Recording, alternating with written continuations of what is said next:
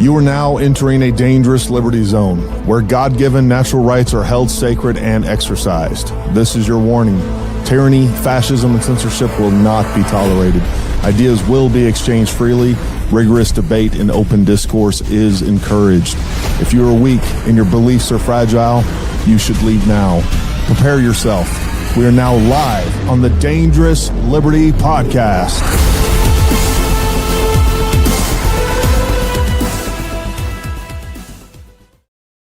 All right. Happy Monday, everybody, and welcome to another episode of the Dangerous Liberty Podcast, where we know that safety at the expense of liberty is slavery. We got a great show for you. I want to say hi to everybody over in the comments, some of the regulars out there. We got Lori Matthews. She's always here. We appreciate your support, Lori.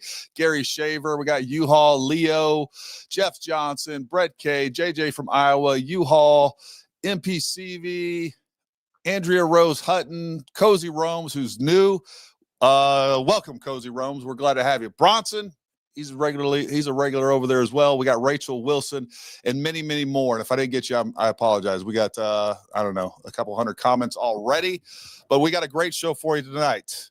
I'll lay out the rules and all the good stuff in just a few minutes. But we're going to be going over, I'll bring on Matt here in just a second. I'm going to let him introduce himself. But by the way, if you're watching this right now, do me a favor, go down in the description below and go follow Matt. We have his Instagram account down there, and we have his YouTube channel. What I can tell you, with as much information as I have, one of the things that attracts me to having people on here. I don't care what you believe.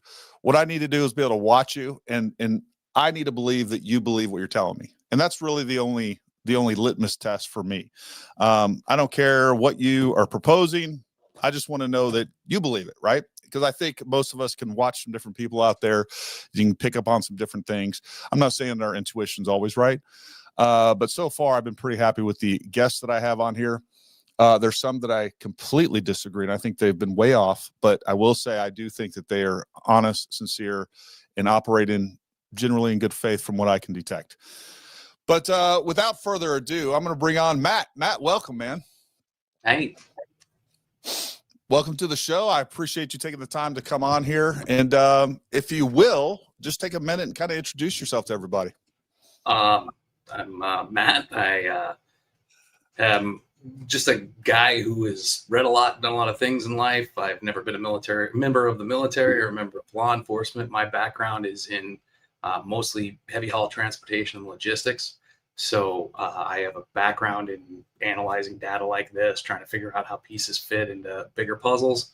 And since this has been going on, my whole thing started with trying to answer the question that everybody was asking when they started with the whole, how could a 22-year-old kid make a 140-yard shot without being some sort of trained sniper? It's just been a series of answering questions and then questions that I've had that have gone along with all of this. And it kind of started out as I wanted to fact check the government to see if what they were saying checked out. And at every step along the way, I've found things that have checked out inside of that narrative. There's only a few more questions I have left. And this was one that was kind of hanging on me because there was a story that came out earlier in the narrative that this professor had come up with a range of 140 meters for the bullet or the shot. And I tried reaching out to the guy to kind of get more information, and he kind of blew me off. So I said, well, screw it. I'll jump into this and try to figure this out myself. Yeah. And I'll tell you, man, I'm no stranger to, the audio analysis. A lot of this stuff was done multiple different times during Butler.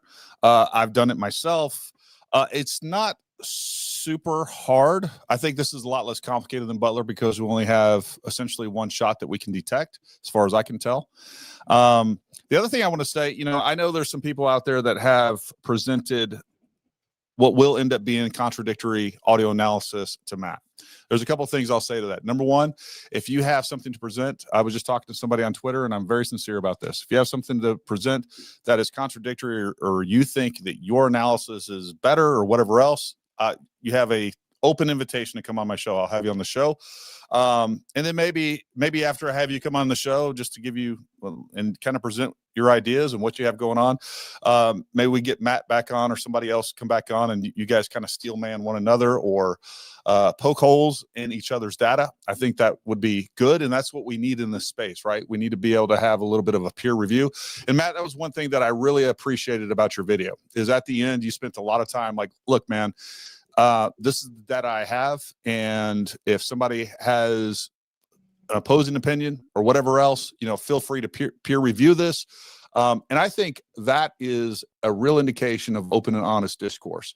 When people, number one, reject any opposition to what they believe. And then on top of that, what they typically do is I found they go straight to character assassination.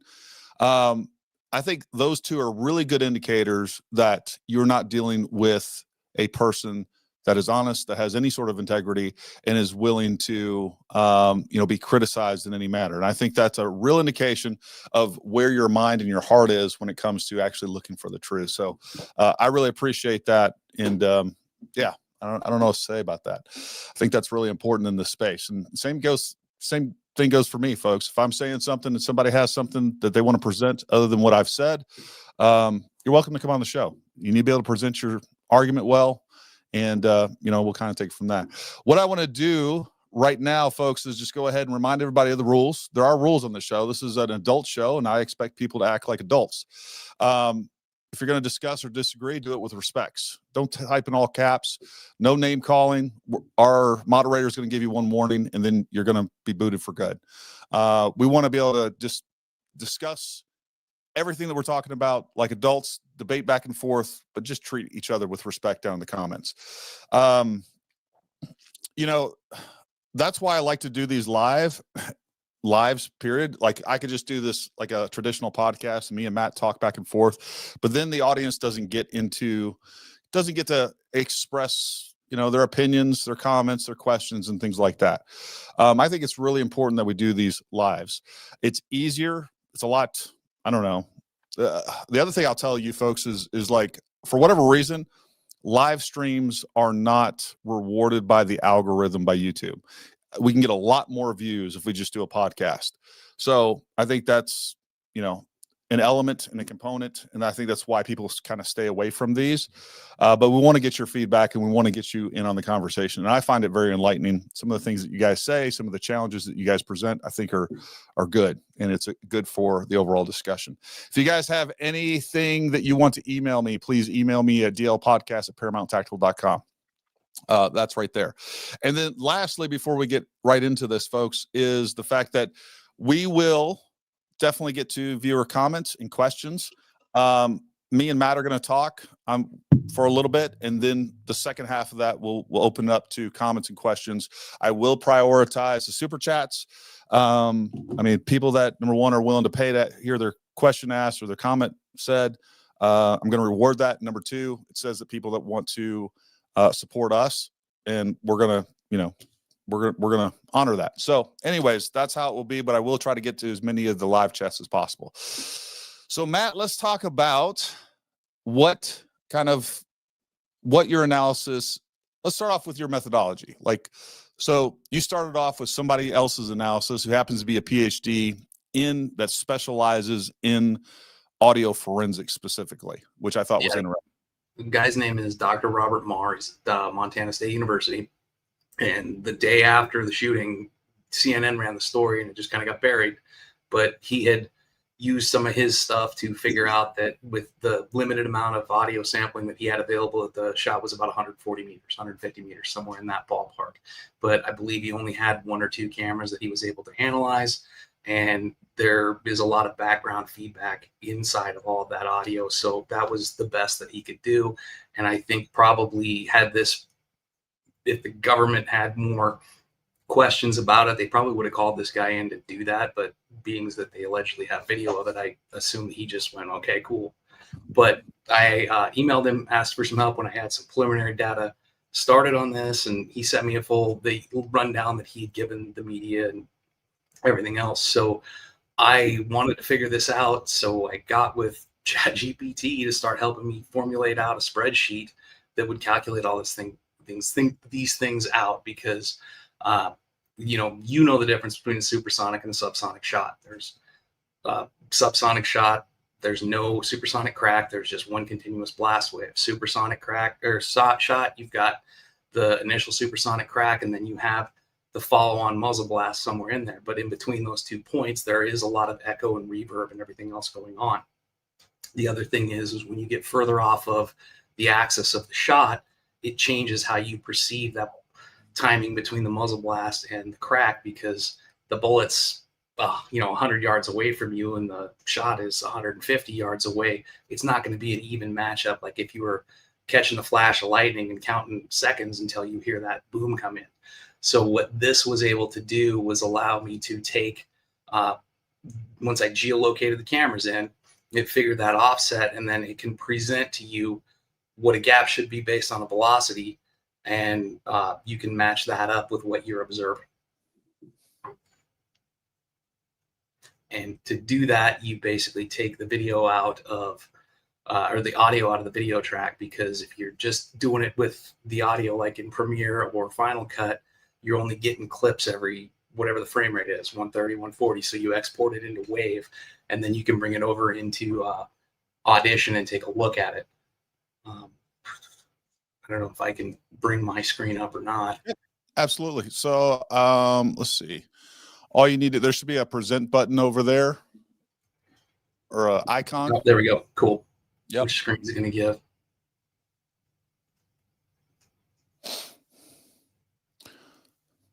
Okay. So there's some settings, of course.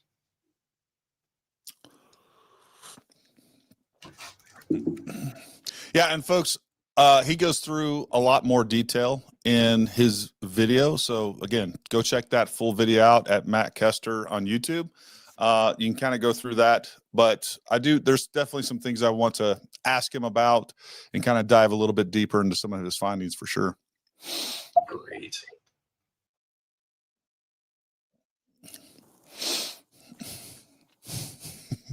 Well, we lost Matt. He hit the wrong button. That's okay. He'll be right back on here. While we're doing that, let's jump over here in the comments real quick. And let's see. Big respect to you, Gary, for your integrity. We need more of it in today's world. Keep up the good work, mate. From Australia. I appreciate that. I really do.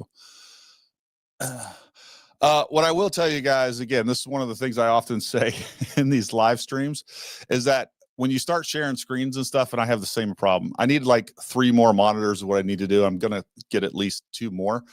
It is a little clunky, and this service, StreamYard, is not the easiest. But this is live production. You know, some things go awry sometime. There we go. We got Matt back on here. Sorry, I had to reboot Chrome to even access it. All right, let's see if I can get this going here. So where do you want to start with? You want to start with camera angles? Yeah, let's work just backwards. Like all right. Basically where you started from, and then we'll take it from there and just explain to people, which you've already started, but just whatever you got to kind of illustrate and explain to people how you came to the conclusions that you came to. Okay.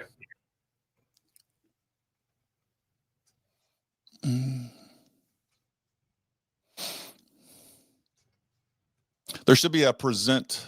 Yeah, I'm just picking which screen I want to share. Yeah, okay, gotcha. There you go. Boom. My life. Okay.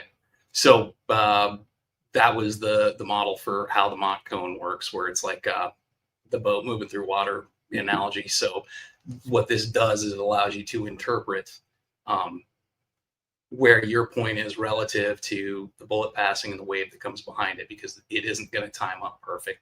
As you can see, right. Like a wave comes off, takes a while to hit the shore. So what we've done is built out a sheet. Let's see if I can get this full screen for you. All right, so there's key inputs here where you go through and you find all of your locations. So I've got all of these set up so that, let's see here, man. I had this all prepped and then everything rebooted and screwed me here. You're good, man. People will be kind and patient over there. I know you will, folks, viewers. Well, I just lost Earth. I'm not a live guy, man. There's a reason why I do this stuff in the That's okay. in a controlled edit. which means I'm completely locked out of this screen. Okay, cool. Let's just go through it real quick, and then I'll show you where I got the camera points and everything modeled in, and then I'll go show you all the data that ends up getting loaded in. Sure. I have to do this one screen at a time. Okay. There's your longer shot that we modeled. Take that off. When I originally did this, I ran 3 cameras. I had this UVU review camera right here. I had the right rear camera, the front left right camera. I've since been sent these 2 cameras that we ended up modeling in. And you take the proposed location for where Charlie was as your starting point, and you take each of these individual cameras as you pop them up and you layer them in. You geolocate them as best you can based on what you've observed in the video, and then you take the elevations. I'm just using the ground elevation. You're going to be 3 or 4 feet off just based on where the camera was maybe and where Charlie was. Okay. And you take a measurement from where you've modeled that camera to the target. You write down those locations and the heading. The bearing is going to be important. You will transpose that in as a bearing later. And you go through and you grab all those measurements for all the cameras that are around there. Right. So once you populate them all, you take those kind of measurements, you observe the elevation, the distance relative, and then when you're going to present like an assumed portion of this, then you go from the shooter's location back in to where he's at. You write down all that information, the bearing, the map length, and then that'll go into there. Let me quit out of here. So this is the first input sheet for, we'll call it the official narrative. But I got all the ambient temperature, relative humidity data from Weather Underground for that period of time, which was actually from a weather station like 4 miles away. And then for those of you that don't know, the reason that ambient air temperature is important is because the speed of sound actually changes based on temperature. So it actually, you need to know that to be able to calculate the speed of sound. Yeah. So you get all those plugged in, then it'll calculate out your speed of sound will be relative. It'll be in the next sheet that you see come up. But you put all that data in that we had already discussed as far as the cameras relative to Charlie. So you've got the microphone elevations, the microphone to target horizontal distance, the microphone to target bearing degree, and the observed gaps, which we'll get into that in a minute. And then you enter in some tolerances because there are going to be errors, either in minute errors, how we've entered things, vice versa, right? Sure. So we allow for that. And then it does give you a list of known inferences because it'll take those horizontal distances and elevations, compute those elevations in to give you an actual linear distance with the elevation factored in, Pythagorean theorem, right? And then you get your adjusted speed of sound. The observed gap will bat it back on the input side again, but I'll show you after we go through one of these. And then you've got an assumption sheet here where you can then enter in all of the data based on your assumption for shot location. So it took all those. We had the bearing from the shot, the bullet velocity that we're going to assume was 2625. That's what Dr. Marr used. Just ran with it. It's pretty standard for what you would expect for a 30-06, right? Yeah, I would agree with that. Okay, so you do measure the microphone to target horizontally, which we already have in there, the bearing degree, and then it spits out some XY parameters that are basically just mapping things out for itself inside of a grid. It'll give you the then calculated horizontal distance from where the shot was or your proposed shot location to each of the microphones that are going around, and the elevation distances, the straight line distances, speed of sound adjustments, and then it'll also give you an expected gap in here. And it's helpful when you're trying to find these gaps because we'll see when we get into the waveforms, there's a lot of clutter going on. And then it'll take your observed gap distance or your observed gap, and then the difference in between what you've observed. And then it does have a velocity sweep in there that it takes an estimation of, with your gap variance in there, what it thought would be a closer velocity between what your observed gap was and what it was estimating with the 2625. Sure.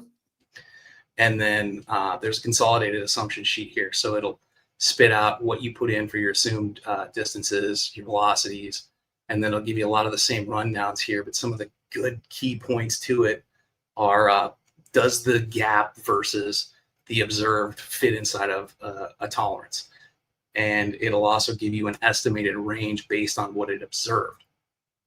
So when you go back and you enter that, we'll catch that a little bit later here. Let me get back into Audition, and we'll look at one of these. Yeah, real quick, I just want to kind of catch everybody up, just throw some things in layman's terms. So basically, folks, any of these audio files we have the that are near Charlie Kirk or further away or just distance from the actual gun. So the first thing that you're going to hear, because the bullet is traveling faster than the speed of sound, is you're going to hear the supersonic crack. And that's one thing that we have to accept. I don't care what theory you believe in. What we know for a fact is there's been multiple devices. Matter of fact, just about every device that is anywhere near this trajectory, they have recorded a supersonic crack. And that's really, really hard to fake. Right after that, so you have the supersonic crack, and then a little time afterward, because the bullet's actually traveling faster than sound, we have the boom of the rifle actually going off. It actually takes that sound time to catch up to the bullet as well. So we're going to hear the crack, and then you're going to hear the boom. Now, it's such a small difference in this short of a distance that perceptibly you may not be able to, you're almost definitely not going to be able to perceive the difference between those two sounds. It's, I don't know, what's it end up being in this, with this distance, Matt, like a 1/8 of a second or something like that? Yeah, I mean, you're 1/4 of a second, 1/3 of a second. So we're talking less than, half a second difference there. So it's for the average human earballs. All right, it's all going to blend together. So there's that. And then, but what we can do is we can say, hey, the average 30-06 round is traveling 2,600 feet per second or whatever it happens to be. We plug that in, and then that gives us a distance. And the thing that's unique about this, and I'll compare it a little bit to Butler, is that we have one perceived gunshot, at least one perceived supersonic round that definitely goes across that area. And then we have multiple devices that are able to coordinate or corroborate these other devices. So that's kind of what Matt is talking about. Now, I will tell you, when it came to the audio analysis, especially early on, I think they were able to start to clean it up a few weeks, months later. When we're talking about Butler, we had multiple shots going off from we had 3 different rifles that actually fired, multiple shots in between, and it was a little bit more difficult. Also, we had a much wider space. So there was some bad data that came out of that.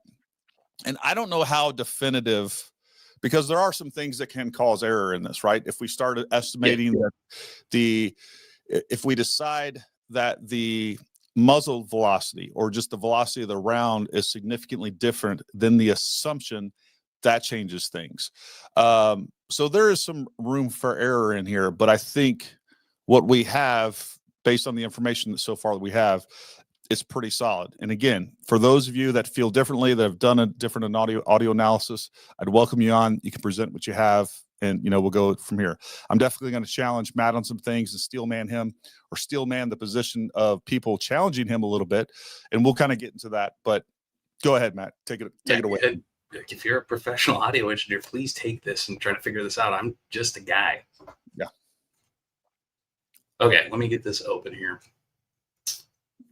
so you can see it. This is the UVU camera. This is the one that is on that mezzanine, going to be at Charlie Kirk's 2 o'clock, about, what was the range to that? 130 feet away. Yeah, okay, and probably a little less than 50 yards from my estimate. Yeah. So what I've got here is I've got 2 different waveforms open. One is your normal oscillation that you see, well, everybody put up, and then the other one is more like a waterfall. I don't know if you've ever spent any time messing around with like ham radio, like SDR, where you get that waterfall display that shows you whatever's going on in a certain frequency spectrum. Sure. Yep. The oscillation one, I don't know exactly where it's picking up what part of the spectrum, but as you can see, it doesn't start moving until a lot later than this waterfall starts going. So your first data point that you're going to grab is where you first start seeing motion going on in this waterfall. And down here, you got the 0.04 seconds, right? Or 0.47s. So you're going to write that down. That'll be your baseline, because you'll end up subtracting from wherever you find that blast.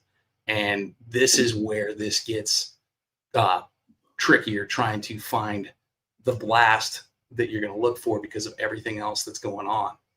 So you see all these different oscillations in here. You see all these waveform patterns that are going on. What I have found is, crap, let me get this turned down. I don't think I can. You're going to have to hear the scratching. Sorry, guys. That's okay. Scratch it away. All right. So 0.47. What I usually end up doing is looking. If it's very apparent, we go with it. If not, you're going to use that assumed range to go find where it should be. So 226.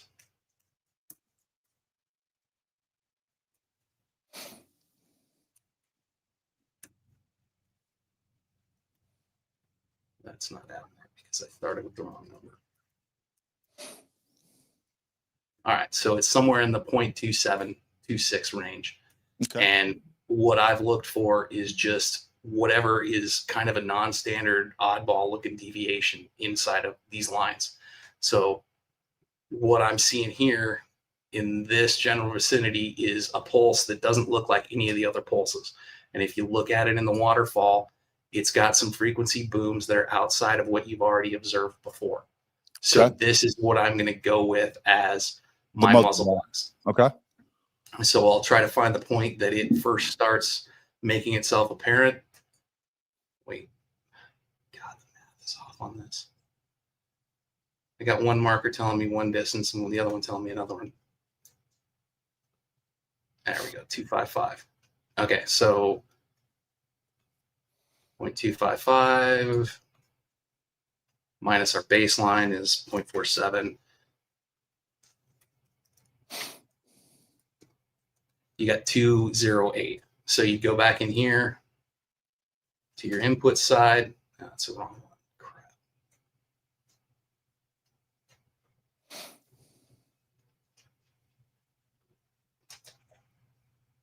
I got 207 on the observed. So my original observation was 207. We put 208 in here. It's not really going to change much. Sure. So you grab that assumption or that, and then it'll cycle through. It'll tell you how far off you are from what it should have been as the observed, your differences there. And then you get over into this consolidated assumption worksheet that I've got, and it'll then tell you, was this ultimately within tolerance, and then spit out the estimated range from the microphone to the shot in this column. And then you go back over to Earth. So just to clarify, what you're basically doing is you have the crack, and then 0.25 seconds later, is that correct? 0.27? Is that what you said? 0.27? Yeah, 207. So 0.207 later, we have the boom hit. So all we do is take all we're doing from that point is taking the speed of sound.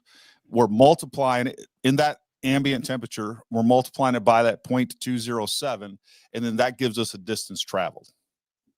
Correct, sort of, but because those are off axis, it has to figure in that Mach cone and everything else. So It's not as simple as like when you see the flash of lightning and then you count until the boom hits. But what I've then done is taken all of those data points that have come out for every single one of those that we've gone through.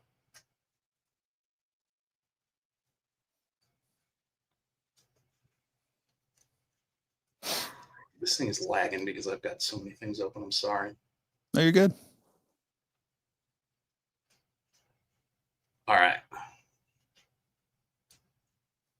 Taking all the data points, and then we've just built a radius for every one of them that will give that same number that came out, factored in all the radiuses.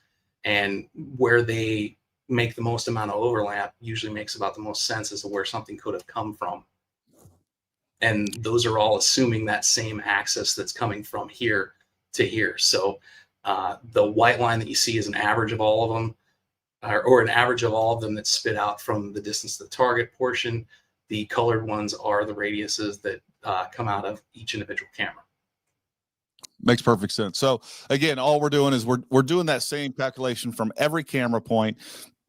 And then, you know, if it says 140 yards or 150 yards, you draw a radius from that camera to Correct. 140 yards circular. And then what you're doing is you're taking all of those camera points, those audio recording points, you're placing a circle around them. And then where those circles overlap is the most likely area of origination. Correct. And each one of these circles is actually centered on each one of the camera points. The only one that's centered on Charlie is the one that took all of the data from each of those observed gaps and calculated the actual shot distance from target to shot. Got it. So that's the whole methodology in a nutshell. And I'll admit, like, you do have to lean on the predictive part of this a little bit to try to isolate out where you find that muzzle blast, because, you know, cell phones aren't that sensitive for recording. The UVU one was pretty good because they were actually using a shotgun mic on that camera, but the rest of them are all cell phone recordings. So it's harder to get through the noise. Did you happen to use Adam Bartholomew's audio? Never saw it. Okay. I've heard it was clean. I tried to find it and I couldn't find it. The other thing I did was I did go out and I did shoot controls out in the desert at a specified range and geolocated everything to then go back and make sure kind of what I was seeing was consistent with something I knew was a control. Yeah, I'll actually I'll get you Adam Bartholomew's contact information. I'll have he probably has the cleanest audio. He was using a nice little boom mic that day. It definitely has a much more higher dynamic range than anything else out there. And anyways, I think adding that will just give you one more data point to your data for sure. And who knows what it'll show, but I think that'll be interesting to say the least. See what that one, once we add that. I mean, obviously the more data points, the more places that we can look at where it overlaps in this model. You know, again, that's just that much more information, because we can definitely look at, and folks, I do have a kind of a surprise for you. We did get the first rendering of our 3D model with this, and in real time, we'll be able to play around with some of this. Now, what I am waiting on with this model is we are getting ready to add, I have 2 different 3D modelers right now they're working on. And right now, I think it's because of bandwidth right now, this is looking like trash. But anyways, but the distances on this stuff are absolutely correct. And they're plus or minus about 2 centimeters, 1 to 2 centimeters on geolocation in 3D space. So we got some things going on there. One of the things I did want to show everybody that I thought was interesting, and I'm not going to do much more with this until we're going to get the tent. We're going to get several of the other features that were in this area. We're going to get those added so we can, again, kind of play with this with a little bit more detail on this. But one of the things I did want to show you is if we look at this line right here, the shooter's line of sight. All right. One of the things I want you guys to notice is that the slope is 9.1. 2 or 3 days after this event, maybe 4 days, I just using Google Earth elevation and distances and everything else, the slope on this is 9.1 degrees. I estimated or calculated it to be 9.2 degrees. So we were very close on that. That was good. There was a couple of other interesting things that I found, and I was observing this while I was there as well, is the fact that I am interested to see I'm interested to see what's going on with this spot. This is a spot that I mapped out as per Chris Martinson asked me to. And this is his line of sight. I'm not sure if we're going to have a line of sight once we put that tent into place to Charlie. It doesn't really matter. Being there, this is a 13.7 degree slope, which is not really doesn't matter, but we're basically looking at 54 meters for this. Folks, this is so unbelievably close. And the fact that this rooftop is sloped downward away from this, that whoever was shooting here would have to get up and over. They would have to expose their head, their shoulders, and a rifle barrel. And I can't even begin to tell you, standing up behind that flag, how close this looked. The idea that there was as many people as there was this close, and there's people over here on the mezzanine to the right, or this walkway. There's lots of people over here. There were other people all throughout. There were people in this building over here. There was a lot of people everywhere. And the idea that someone would be able to make a shot from here without being seen is very, very tough for me to swallow, to be honest with you. I haven't played around with too much over here.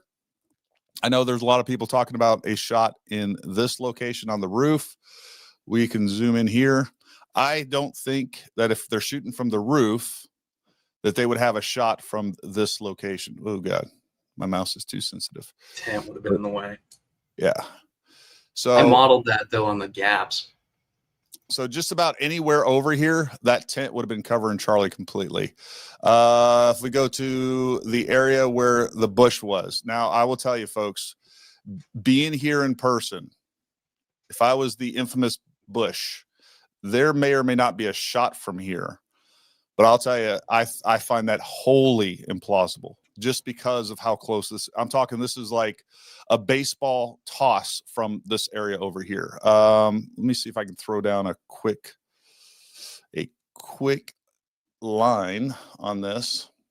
We'll be able to see what we got for distance on that. I will go over here. We'll put a line here to here.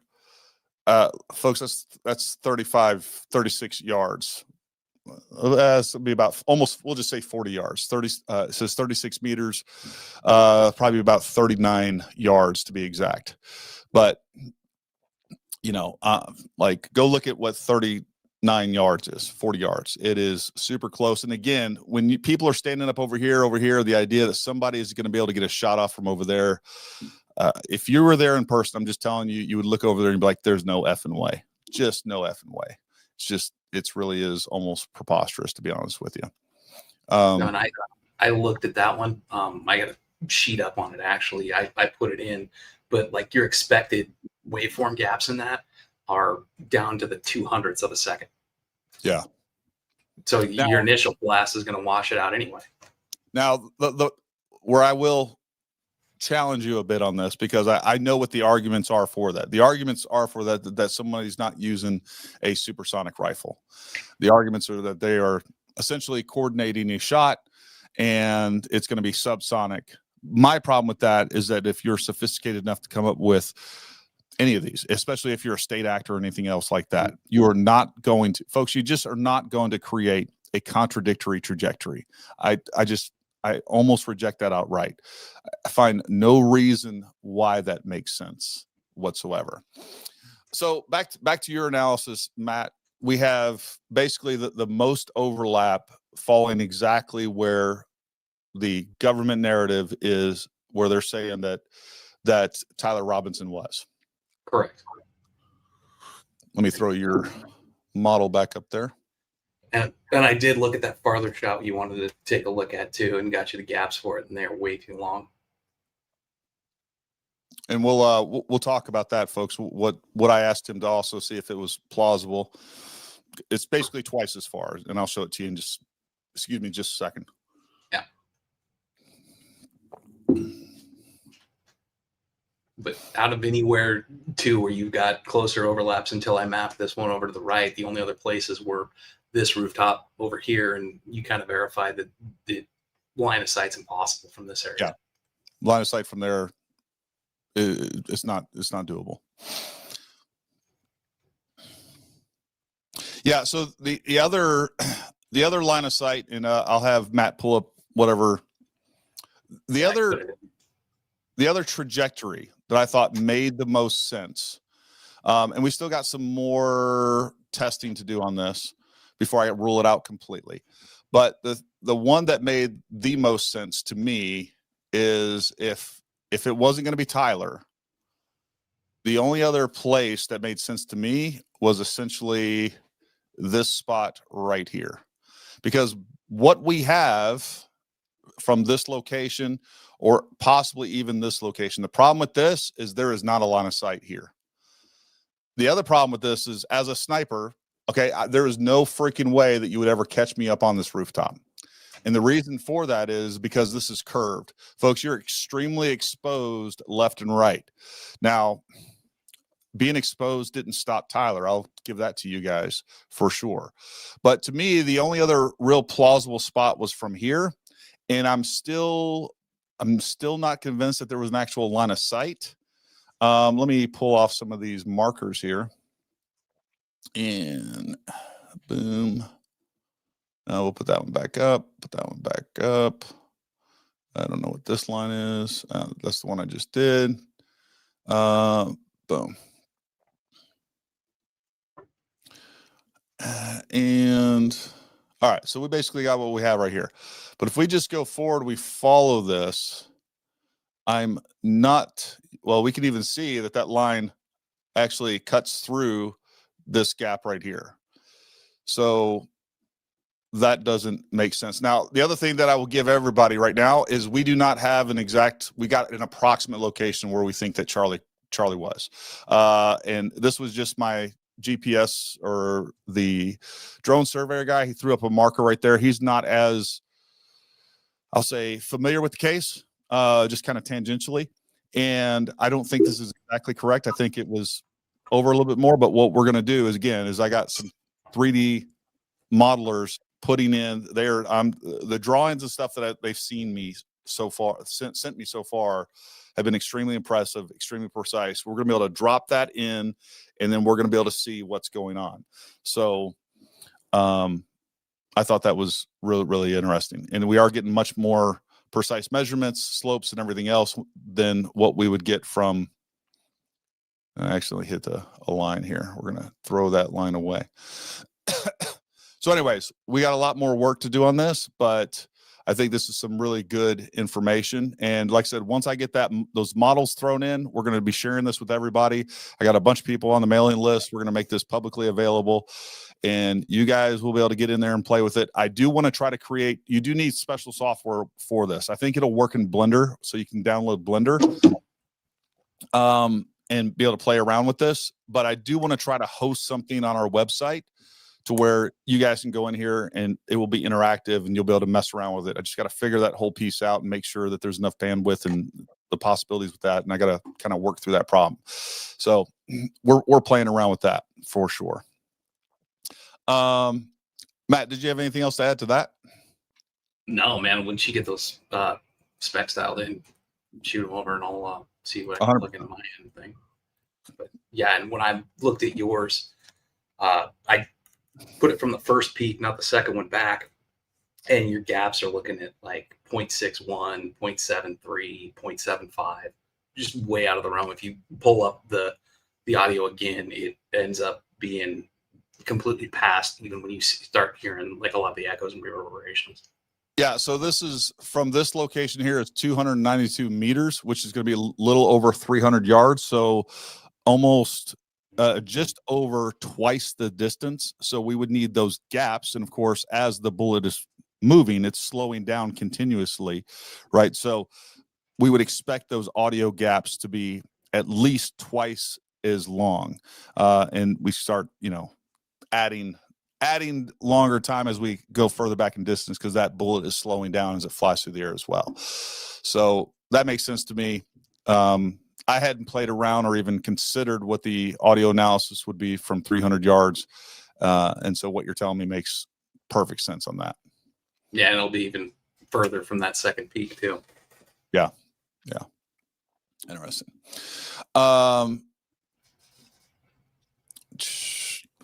Yep. So what else do we know as far as like your model before we get anybody else in here asking questions? I mean, that's pretty much it, man. Like I said, I was a political science major, man. Math's not my thing. I had to lean real heavy onto GPT to get the math to work on this. So if I'm kind of nervous, it's because I don't fully understand the math behind it. I understand how to find the gap, how to enter the data. But if there's somebody out there who's a math whiz that wants to look at this and take it apart, please go ahead and do it. Yeah. No, I think that's fair. And ultimately, again, what this did come from, this was mirrored from, what was the PhD guy's name? Robert Marr. I had to go up to it's a funny story. I had to go up to my kid's school today. He kind of got in a little trouble. Nothing big, nothing major, but I wanted to go talk to the assistant principal, and the assistant principal he introduced himself as Dr. Martin. No offense, Dr. Martin. Real nice guy. They ended up being 100% correct in punishing him correctly. He showed some lack of judgment on that. But on the way back, I'm like, I was telling my wife, I was like, I really do hate people that are PhDs that require you to call them doctor. Look, doctor is a profession. All right. Just because you got a piece of paper, you paid for it. I'm not calling you doctor. I will do it out of kindness to your face. But, it's like, that's not your pronouns. I don't know a few of them. Anyways, we'll get in here. We'll throw up some super chats, and then as those come along and go, we will actually throw in some questions from people out there as well. So first one we got is Olgatronic. Is it possible that the shooter did not miss and intentionally wanted to make it look like he missed so we would think it was an amateur shooter?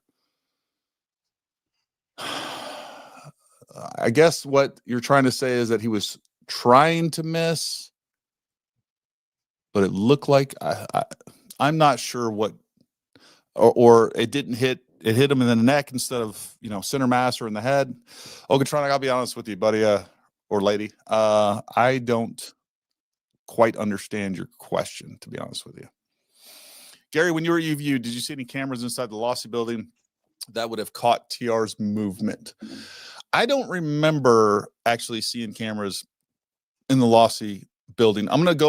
Was actually yesterday. I got hard and heavy. I'm going through all my footage. I've already put together a video. I'm going to take you guys on a campus tour, show you some key areas of that. That was one of the things that I wanted to do. I'll be honest with you. It felt especially weird. We had a lot of staff. I'll say it like this. It was clear to me that law enforcement, which we made contact with, knew we were there, knew who we were. And also the staff kept giving us the side eye. And of course I was walking through with a very, I had a Pocket 3 camera, which is a great camera, by the way. I'm not associated with DJI, but if you guys are content creators, you don't have a Pocket 3, you should. It's like the best image. It's super small. It's just a great camera. Anyways, I digress. That was one of the things I wanted to go through. My point is like, as I was going through the building areas inside, I was kind of treating it as a linear danger area, and I was just kind of getting through there as quick as possible, and didn't spend a lot of time looking around inside.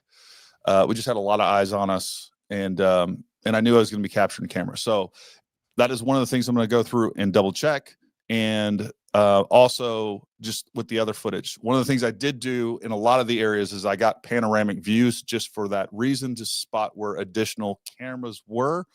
But the fact is there is apparently 1,500 plus cameras on UVU campus. So there is a ton of footage. I'll play the game. If it was Tyler Robinson, all right, there's a ton of footage of Tyler Robinson in and around that campus without a doubt. Yeah. That we're just not privy to yet. Someday. Thank you very much. Someday. Hey, Gary, awesome job, brother. I started watching your channel after you were on VFT. Have you debunked the theory that the shot came from the roof of the computer science building? That's just, ironically, that's just what we went through. It doesn't look like anywhere on there. And I have played with that offline and went through a little bit deeper. I can't find any place on the computer science building that has a line of sight to Charlie.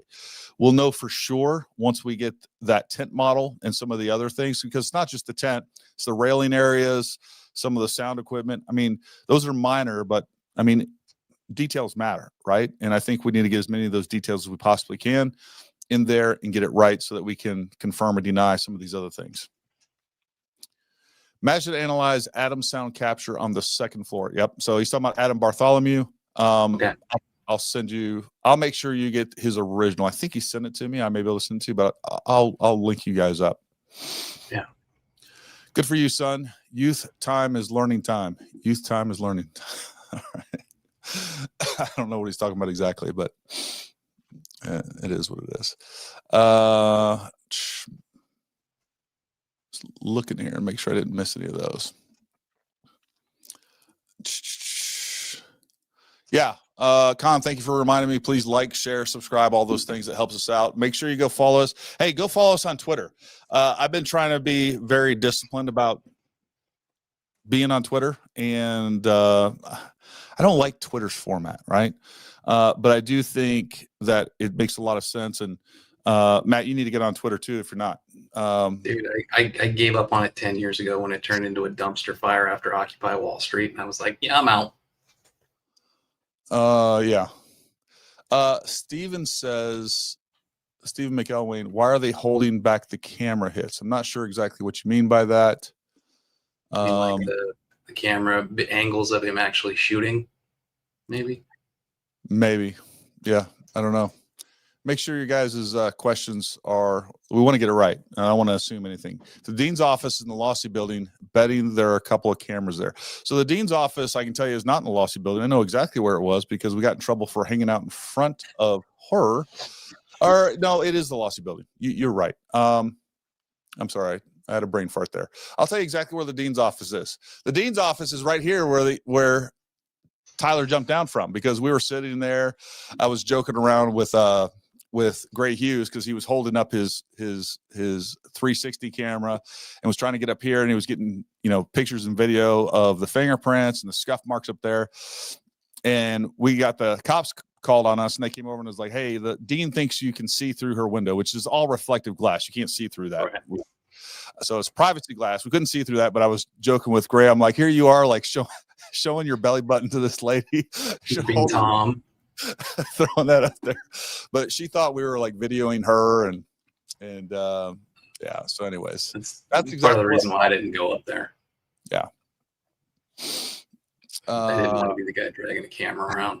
Speaking of Gray, there he is right there. Hey, Gray. Gray Hughes investigates in the house. Alex Jones did something already. I'm sure I missed it up here. I'm gonna go halfway up through these things. We got a couple more super chats already.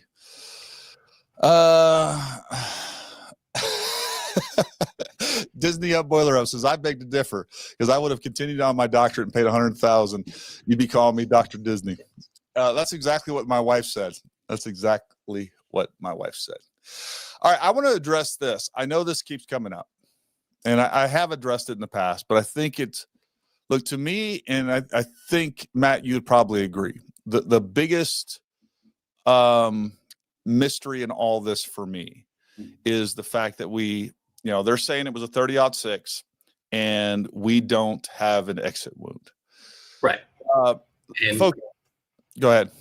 Well, I was gonna say, that's like legitimately the only question I have left for myself, is trying to go out and create some analogs and try to find a way to keep a bullet from exiting some sort of human analog. Yeah. 100%. I think it's possible, but I'd love to prove it myself, right? Yeah. No, and I agree with you. Look, I think here's the facts. We do not know what the ammunition was.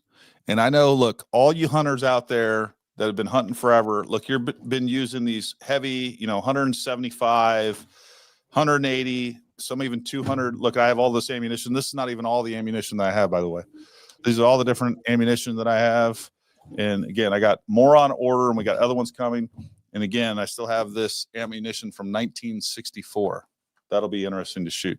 I think I'm going to have my kids shoot this. I'm a little scared of it. And the thing about kids is you can make more of them. I'm joking.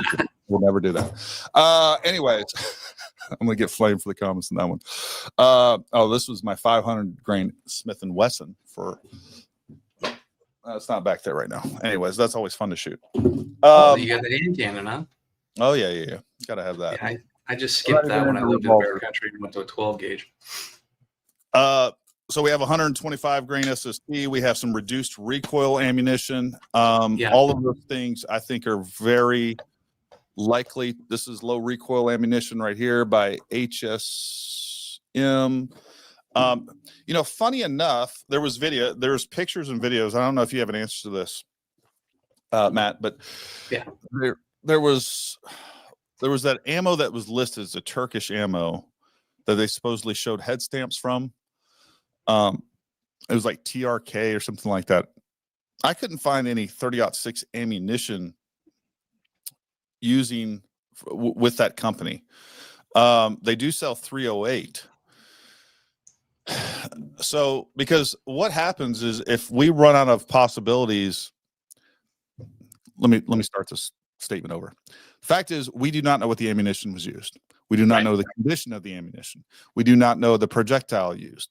And I'll tell you right now, if we find out that there was hand loads involved, whether he hand loaded, and I know everybody out there saying, oh, it's not likely a 22-year-old will handle it. First of all, there's plenty of 22-year-olds that hand load. You go to any PRS match, there's 19, 17, 16, 15-year-olds out there hand loading, and they're hot competitors. Yeah.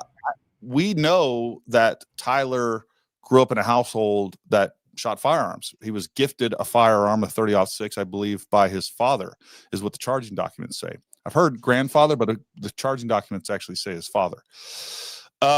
It probably came from his grandfather. I think it was your stereotypical heirloom firearm. It was like granddad's awesome gun, dad got it, now it's my rite of passage. I get it.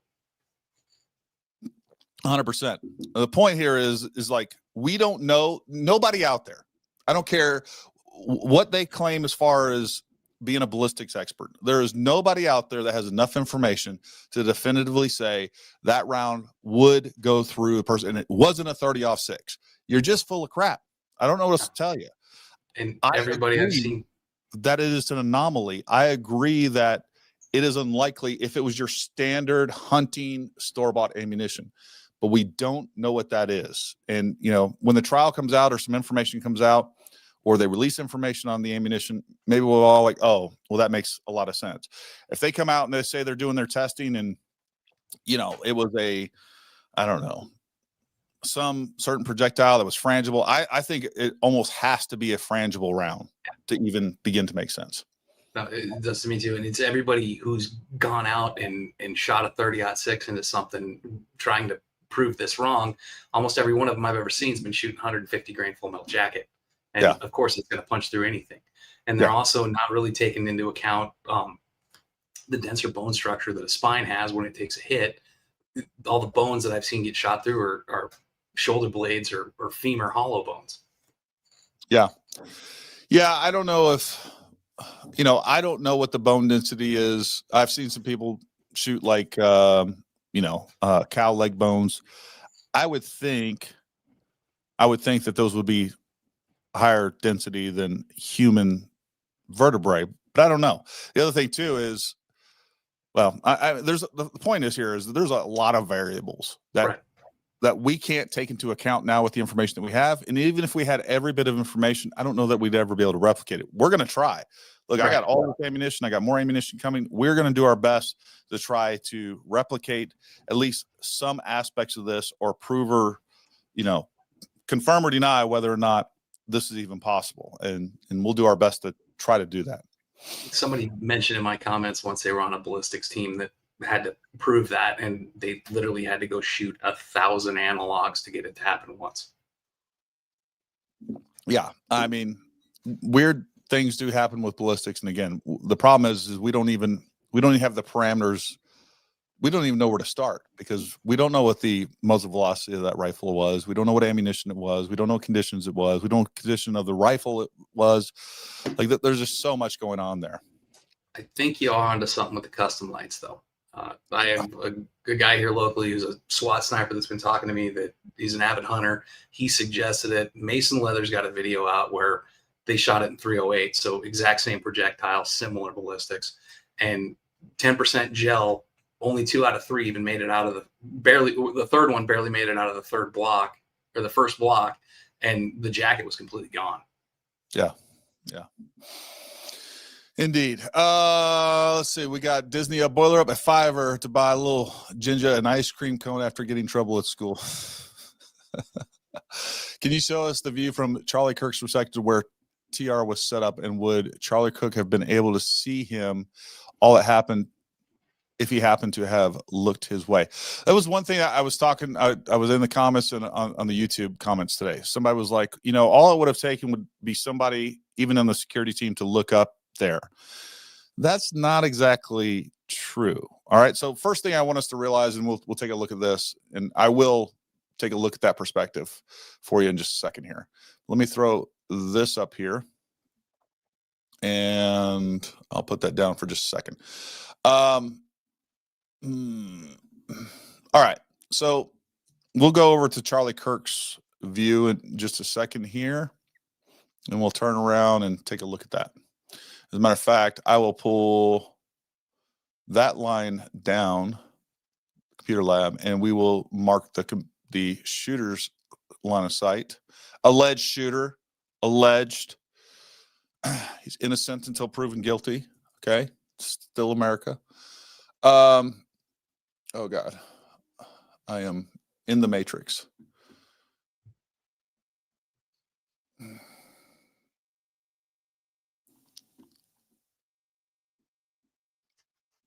All right.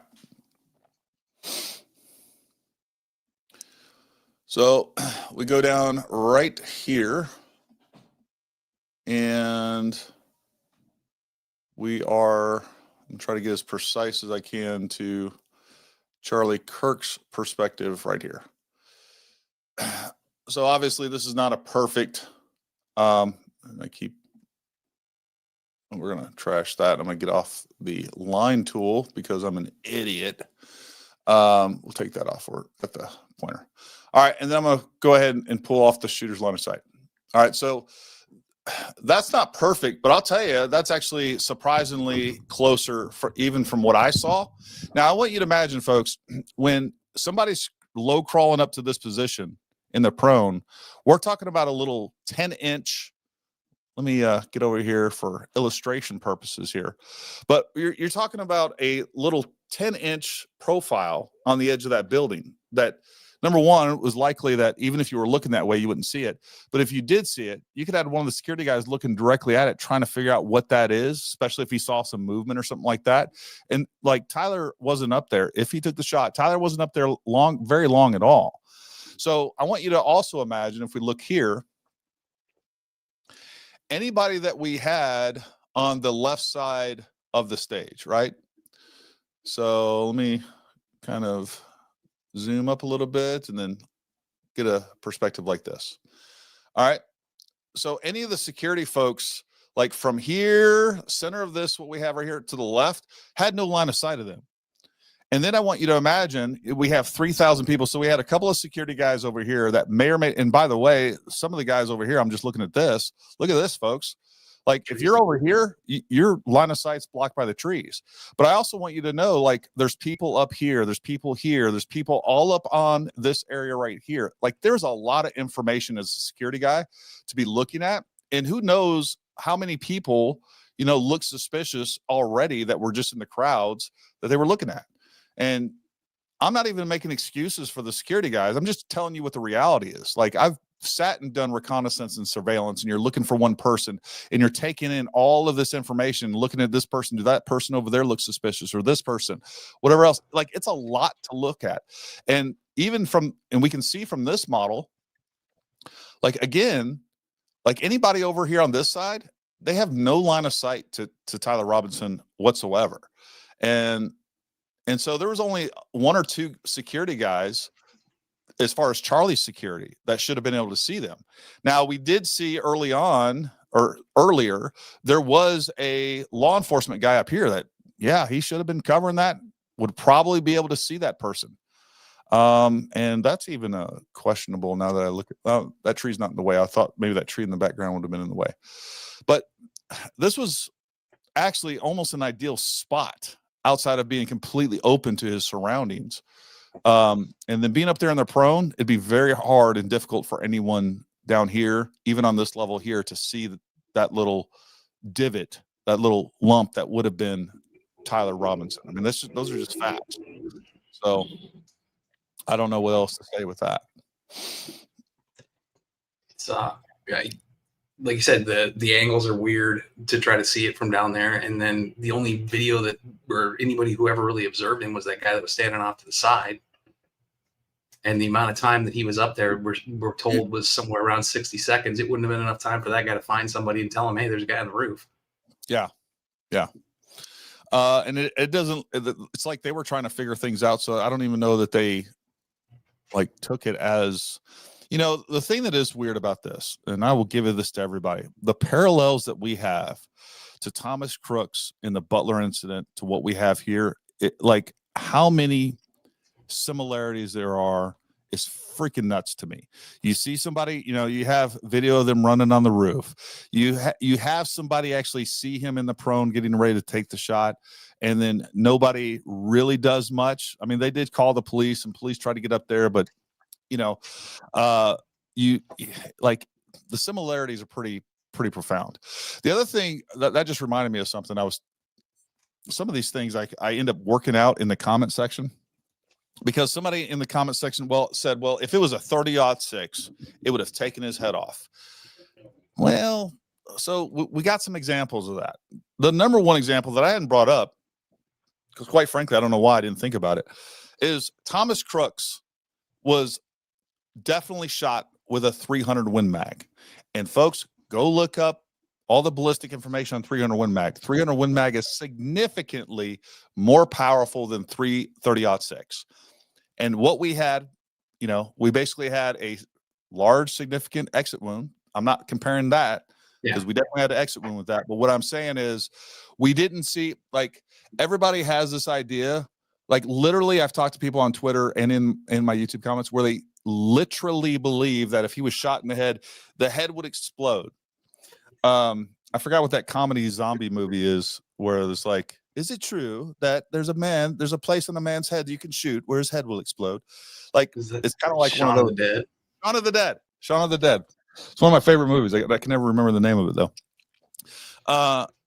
So we had a guy that was shot in the head, and his head didn't explode. You know, we definitely had he did have significant exit wound lower on his back, but even that wasn't the wound pattern, and the terminal ballistics that we saw was surprisingly more mild than I would expect.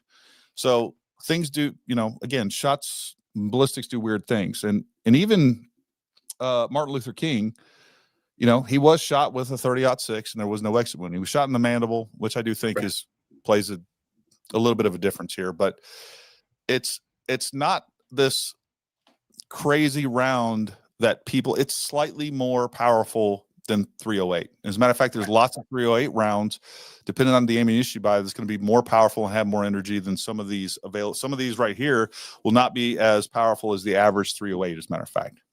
Right. Yeah. There's a wide variety of loads for that round, probably even more so than 308. Yeah. Yeah, I agree. Exfil matters just as much as the shot position. I agree with that, Cozy Roams. I will tell you, that's the thing that was one of the first things that I observed with this entire thing, is that his exfil sure did seem a lot less planned. Like, I don't feel like the exfil was all that well planned out. These are conjecture, right? It didn't seem like that exfil was planned, and I don't think he planned on getting out of there alive, and he just happened to, and mainly because of George Zinn. I thought, did you watch our live stream the other night with Henry Dell, Matt? I did not.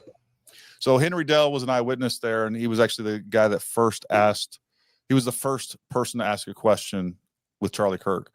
And one of the things that he said was, like, because of George Zinn's theatrics, like, everybody on the ground was convinced he was the one that took the shot. And so he said everybody on the ground was like, oh, hey, they got the shooter. They got the shooter. So there's that aspect of it. And I think that's kind of interesting. Yeah. I agree with Matt that most of the tests are Buffalo 30-06 rounds.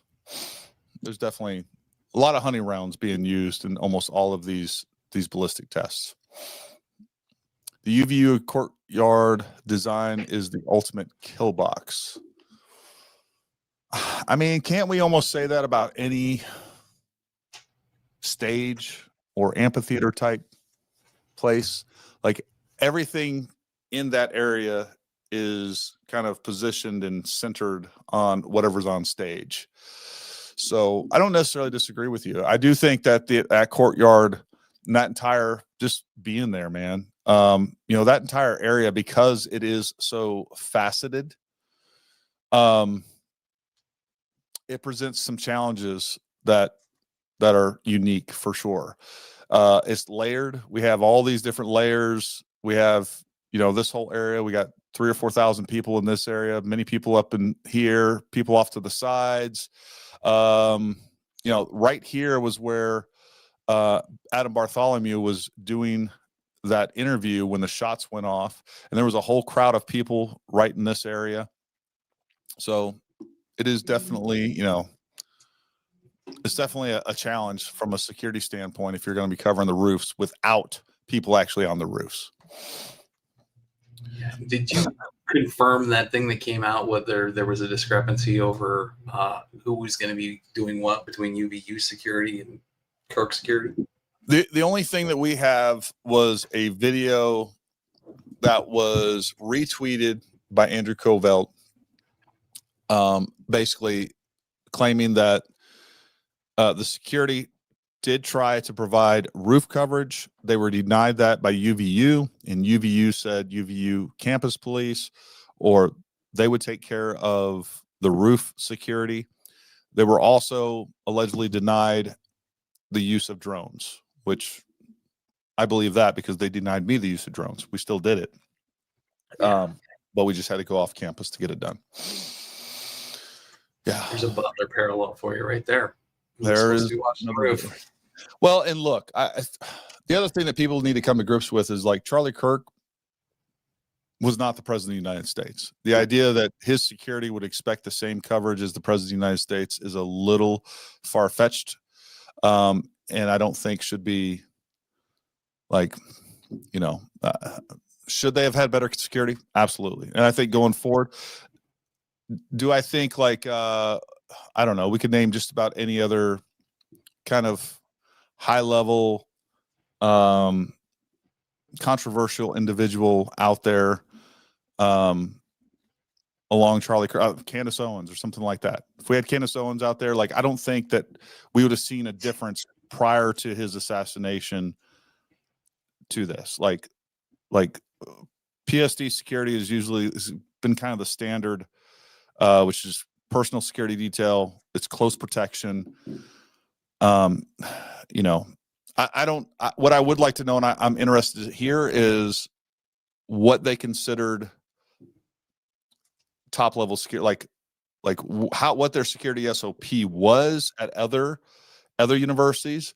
I guarantee you at other universities, there was many times where he had greater risk and maybe even less security assets and things like that. And it seems like they were just structured to protect from somebody rushing him with a knife or taking a handgun shot close in. Yeah. And let's be real. That was the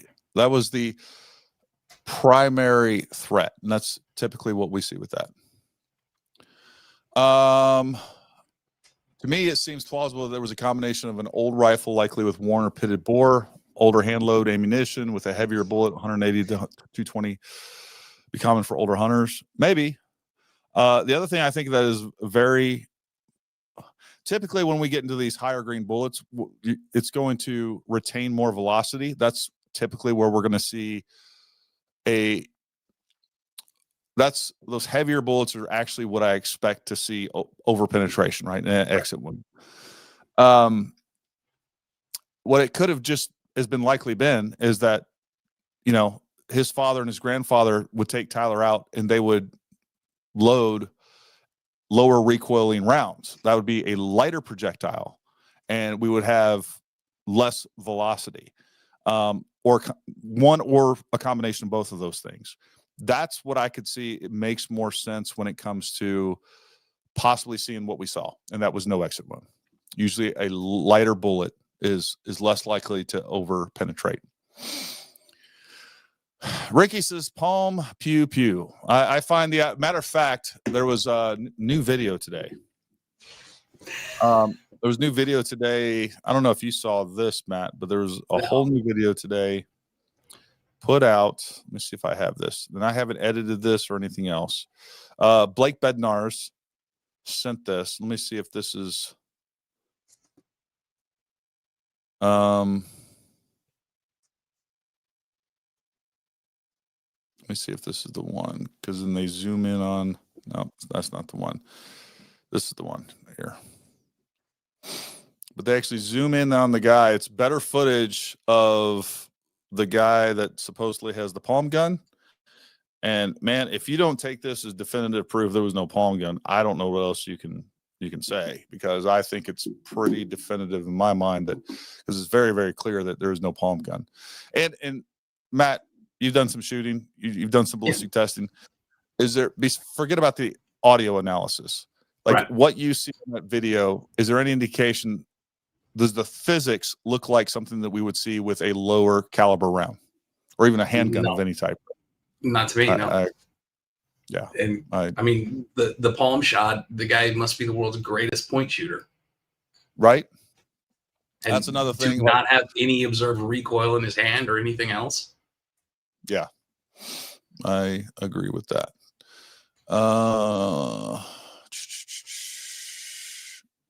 Show and finder. Let me see where this downloads. I'm going to change the name of this to new video. I will show you guys this video. I think you'll find this pretty interesting because I did. It's a much better resolution of anything that we've seen so far. And it came from the original source, allegedly. Let me.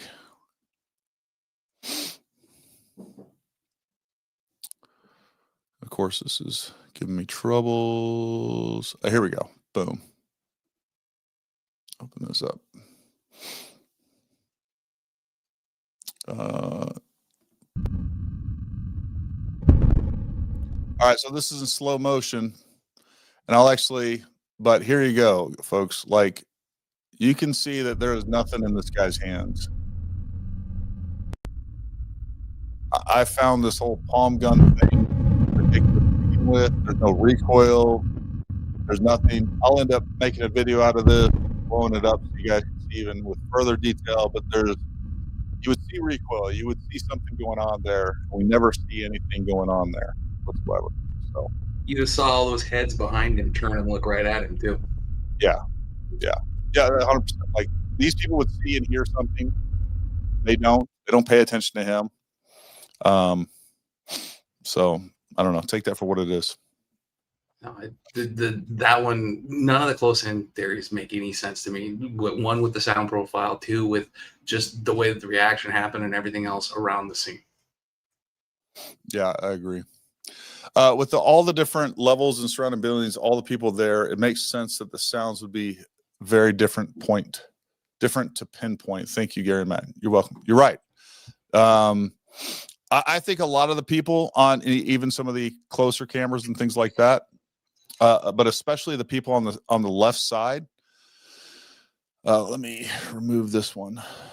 But when we look at everything on the left side, folks, there's no, you can call it a line of sight, but there's no direct line to this side and where the shot came from, right? So people that are down here can't even see.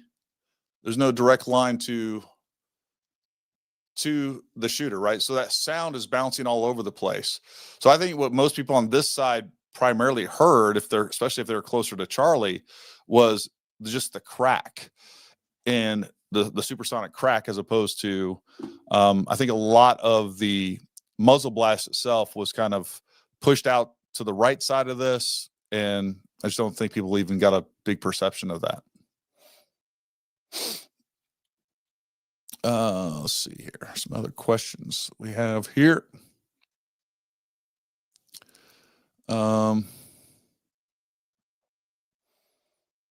Gray said he mentioned the Bartholomew video to Matt. He did. I just couldn't find it. We'll get you in touch with him. Yeah, I agree with this. There are tons of videos of him that we haven't seen. I think both from the standpoint of security footage, but I think there's a lot of people. I said it the last live stream. I think the video that we have is the crap that the FBI doesn't want. I mean, imagine if you're there and you have video, and I think there's lots of people that did. I bet there's somebody that was happening out of all those people pointing right up that. I think there's a good chance. I'll say that there's a good chance that they have the muzzle blast the moment he fired, probably on video. I think there's a lot of other video, handheld camera, iPhone video, cell phone video of other things that are very important, but those people did what all of us would be doing, and like, hey, you go directly to the authorities. And once you hand that over to the authorities, that video to the authorities, number one, you're a witness. Number two, like, you're not going to release that footage. And number three, you're going to be given, like, either directly, of course, a gag order just came down, a very large gag order, but I think there was something in place, like people, like the police saying, look, don't talk to anybody. There's a gag order. You're gonna end up being subpoenaed, because if they're using the footage, you're going to be an eyewitness. You're going to be on that witness stand at some point, almost guaranteed. And the implications are, if that gets out there, you've got the whole tainting the jury pool argument and everything else, and then this guy skates on a mistrial. Yep, 100%. Allegedly. Still no new. No, you know what? Boom.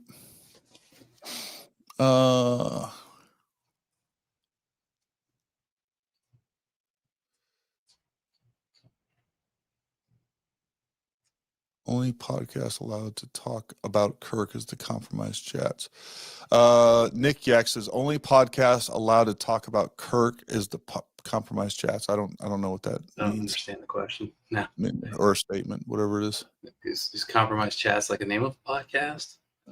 I don't know. Goth Conservative said it's Matt the man. Love this dude. Thanks, man. And been sharing this stuff since the beginning. There you go. Appreciate it. I left Twitter when it was still Twitter, and yes, I will dead name Twitter. For sure. It just, to me, the sea of that goes on there, I just rather not deal with. Jumping through the windows. I have done pretty good. I decided I was going to start getting more active on Twitter, but then I made myself promise, like, you're not going to look.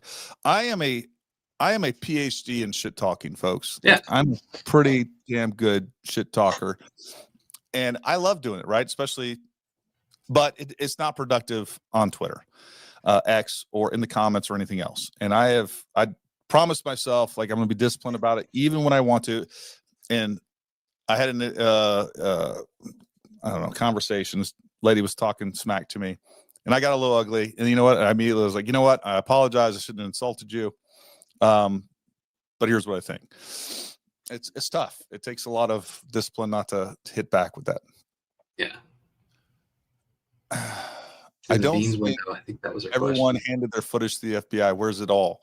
So there's a couple things there. Number one, I think the good footage is handed to the FBI. Number two, I got to be honest with you, folks. Like, at least on X, where I see new Twitter, when I see new footage come out, people immediately jump on said person and it was like, who is this person? We need to find out who they are. Why'd they hold this information for that long? All of these things. So there's that element of it. I do think it is not an encouraging social media in general. If people didn't want to become public, which there's a lot of people out there, and not everybody is like a social media, they don't share everything, right? There's just, believe it or not, there's a percentage of people out there, and I would say probably primarily conservatives, that don't just share everything that they have. And also, if you're involved in this case, like, you know, next thing you know, perfect example, folks. Perfect example of this is Henry Dell. Henry Dell, I found, we ran into each other up there, and I know people were like, oh, what a coincidence. You ran into, like, I talked to him. He happened to be up there. It was a coincidence. It definitely wasn't coordinated on my part. But then he comes on, he does this interview, and like people are like, I don't trust this guy. He's saying this, he's saying that. Like, why would any eyewitness come out and talk when like no one's, it's very rare.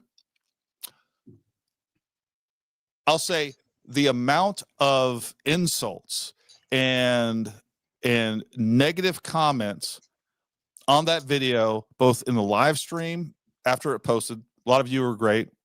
We appreciate that. But after it posted, and then even the original interview that I did with him, extremely negative, extremely saying this guy is a Mossad agent or all the things. Like, why would anyone come forward with any new footage? Like, I don't blame them, because all of, like, if it doesn't, the reality is there's a bunch of people out there that if something doesn't fit the narrative that you believe in, you discredit that person, and you're wrong for doing that. You got to stop doing that.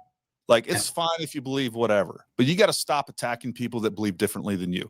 That is not, like, if you care about Charlie Kirk's legacy, that's the antithesis of what he believed in. And so many people on the right are doing that. Like, immediately, if you say anything that may support a narrative that you disagree with, it's immediately, oh, the Jews are paying you. Oh, Israel this, Mossad this, you're a Fed. Like, just grow up. Not everybody's doing that. It's so dumb. I stopped reading most of the comments, man, just because, like, I know I'm not on anybody's payroll. I thought about trying to call the Israeli consulate in Los Angeles and ask them where my $7,000 check was, but I decided against it.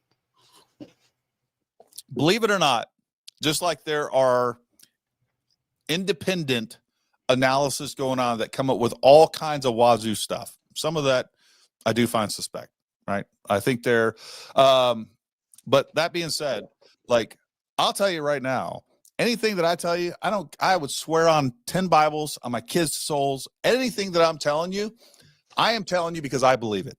And I believe it to be true. No one's paying me. I wish they would. Like, you want to pay me to say what I'm already saying? That's fine. I won't take any money to say something different. I don't care what you say. So if you want to come here for what Gary thinks, what I believe to be true, that's what you're here for. If you're going to accuse me of all this stuff, I'm just going to ban you. I don't need to listen to it. I don't care. And that has nothing to do with freedom of speech. It's me not wanting to be harangued by idiots. Like, yeah, I think that's reasonable. The hide from channel button is the greatest button in all of the YouTube menus. Because you just let them scream into the void and nobody hears it. They don't even know it. Yeah. The object flying out tent flaps appears to be the drone bird in Adam Bartholomew videos. Same object. I had a slow one of the front videos showing that thing fly out of a flap. I'm not sure what you're talking about. I'd have to look at that. In wave shocks and mock half angles if you're going to do TDOA analysis with cell phone audio. Again, Vladimir, off Putin. Some of y'all might want to study up on in-wave shocks and mock half angles if you're doing TDOA analysis from a cell phone audio. Again, you're welcome to come on here and teach us about it. If you have a good presentation, message me, DM me on X. I would love to have you on if you have some sort of expertise in that. Go to my original video. I think you put a link in the description or something, but I've got a Google Drive right there. Download the sheet and start plugging things in and see how it works and see what you come up with, please. Yeah.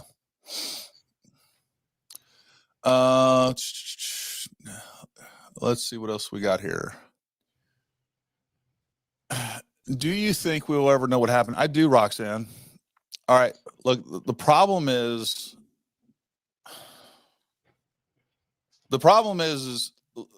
well, here's what I think is going to happen. When we get to the trial, they're going to have so much evidence supporting that Tyler Robinson did this. Now, there's going to be a whole bunch of people out there that are going to reject no matter how much evidence you give them. And I do have a little bit of I just sat back and watched. Like, I don't understand how people will put themselves in this, will do all these mental gymnastics to completely get rid of a lot of this evidence that points to Tyler Robinson. They will, like, people have come up, and there's all these weird narratives that have started post of all this to protect him or to give him some sort of exoneration, like, you know, he's had a limp since he was a kid. There's no source for that. There's obviously all these other theories that are constantly coming out. There was a new one I saw yesterday. I didn't even get a chance to go through it. You know, now, you know, Trigger Smart put out that video. I've been meaning to do a counter video on that. I mean, there's a lot of things that are just factually incorrect and wrong in there, and physically incorrect and wrong in that video. So I find it odd that we have these constant influx of theories that by and large are not backed by an ounce of evidence that people are willing to accept, while they will not accept the evidence that's put in front of them. And I understand being dismissive and being suspicious of anything the government says, but at what point will you accept anything? Like, I am a huge proponent of the idea that the government is involved in all kinds of conspiracies, but that doesn't mean that everything actually is. And man, there's just a lot of, now here's what I will say. We don't know. Let's say Tyler Robinson is the shooter. And again, I think the evidence at this point, even what we know, we haven't even seen, I think we've seen 10%, but I think all of that so far checks out. I haven't been able to disprove any of it, and I've been trying. So let's say Tyler Robinson is a shooter. Doesn't mean that there isn't something larger at play here. It doesn't mean that necessarily that Israel isn't involved. It doesn't mean all these other things, or, you know, the U.S. government's not involved. But I think some of you are going to have to come to grips with the fact that the evidence is Tyler Robinson. We can't have such a biased confirmation against the government narrative that we are willing to completely throw away logic and reason and jump onto something that is supported by no physics, by no physical evidence or anything else. That's how I stand. If you present something to me where I can, like, okay, I can buy that, I'm willing to jump in. I am 100%. I'm just not seeing that so far. No, and when I started this, kind of the thing that I was thinking was like, well, you know, we have all the tools as private citizens to be able to test through a lot of this. Like, wouldn't that have been great had we been able to build like a faithful reproduction of the Twin Towers and fly a plane into it without hurting somebody and see what happens? I mean, we basically have all the tools to go test this narrative out, and so far it's checking out. Yeah. But there are people that are just called like bedrock propositions. Their fundamental bedrock belief of the world is one certain way, and when they see something that challenges it, instead of actually addressing that head on, they just go looking for things that fit that belief structure. Well, what's weird to me, and there's been I ran into another example today. Somebody sent me a clip of was it a video or a there's these narratives that get sent to me, and it's like like 2 seconds later I look into it instead of just like retweeting it right away, and I look into it and it's false. For instance, I may still have it up here. Yeah, all right. So this was sent to me and said something along the lines of, hey, you need to go check out, why is 894, you guys can look at this, 894 West Cimarron Drive, Washington, Utah, that whole block is pixelated out. So I went and looked it up, and it was like, oh, like there's the implication, or maybe even they stated it explicitly, was that was the Robinson's house. I'm not sure if that is or not. I'm sure somebody can confirm or deny that. But I just like, okay, well, let me go check to see if this is pixelated. On Google Earth and Google Maps, I looked it up. It's not pixelated. So, and maybe it was at one point. I don't know, but it's not now. But it's like a bunch of little things like that people keep getting wrong, that snowball into these greater conspiracies, or one thing leads to another, or they find this one thing and they abandon another. Like, you know, the first thing that I heard right off the bat was like, oh, it was 140 yards. This guy had to be a pro shooter. Like, anybody that's shot a rifle more than 3 rounds knows that anybody can shoot 140 yards. It takes almost zero skill. Like, especially with a decently zeroed. If I zeroed a optic, and then I gave it to you and said, hey, shoot that steel target at 140 yards, 90% of the population with no training whatsoever would probably make a hit on that steel target. It is literally that easy. I did it, standing freehand. I shot a short just to kind of and that was on a 60, like a target that this big. It's like half the size of Charlie at the time. So go ahead. Oh, I was gonna say I did the same thing because I made a video about it. Well, how big is the loss of zero after you put the rifle back together? So I went out to the range, took it apart, put it back together, and was hitting center on 200-yard steel. Yeah. And you can do the same thing, folks. You can take a scope completely off, put it back on. Typically, with a decent mount, it's going to be a 1 MOA, which at 140 yards, instead of hitting your point of aim, point of impact, it's going to be about we'll say 1.8 inches left, right, up, or down, right? So it's 1 MOA difference. Close enough to get the job done. The wrong picture for the rifle doesn't bother you. I don't know that it is the wrong picture. Again, this is more speculation that I've never been able to confirm or deny.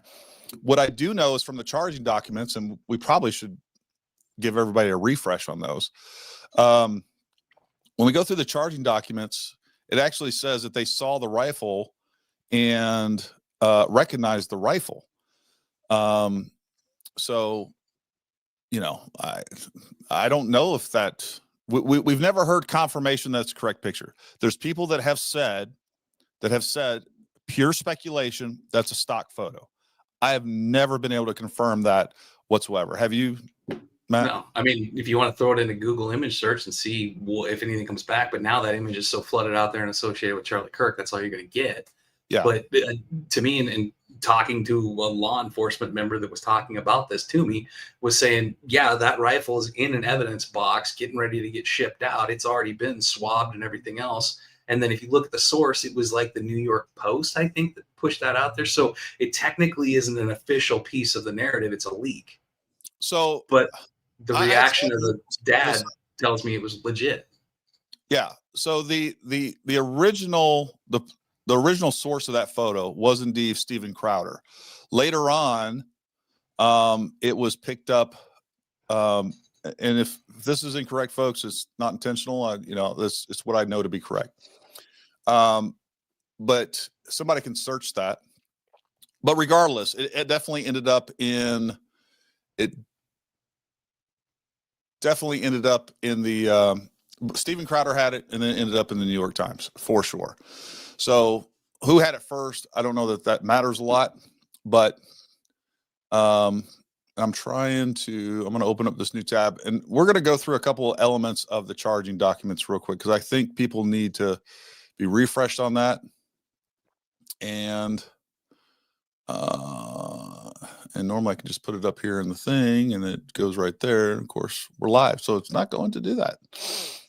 But either way, I can actually share my screen here. So we'll do that. And then I'll go down here, because there is some stuff that I keep hearing, and I don't know where it exactly is coming from. Let's see. I'm just going to share my entire screen. All right, we'll just share the entire screen here. And then I'm going to pull that down. And we're going to pull up these chart documents and kind of go through them just a little bit. Matt, can you see those okay? I can't see. Yes, sir. All right. I will boost this up just a little. That's probably too much. We'll go to like the other way. All right. So a couple of important points in here, because today I had to go back through. People were talking about, I posted a question on X, and I said, if Tyler wasn't guilty, why did he turn himself in? Also, if he wasn't guilty, why did he go to the local news? And because that's what I would do. I'd be like, hey, look, I'm not involved in this. I'd put something out immediately. At that point, all they had done is basically his parents had identified him as possibly what's going on. One of the things and again, I know some people aren't going to believe the charging documents. That's fine. But as they discussed the situation, Robinson implied that he was a shooter and stated he couldn't go to jail and just wanted to end it. When asked why he did it, Robinson explained there's too much evil in the guy. Charlie Kirk spreads too much hate. They talked about Robinson turning himself in and convinced Robinson to speak with a family friend who's a retired deputy sheriff. At Robinson's father's request, the family friend met with Robinson and his parents and convinced Robinson to turn himself in. There was a whole bunch of other things on the firearm.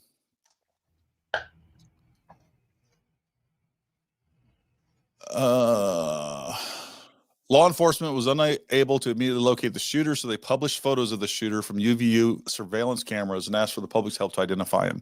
Meanwhile, law enforcement continued to try to identify the shooter through other means. Robinson's mother stated the following to police. On September 11, 2025, the day after the shooting, Robinson's mother saw the photo of the shooter in the news and thought that the shooter looked like her son. Robinson's mother called her son and asked him where he was. He stated that he was at home sick and that he had been homesick on September 10th.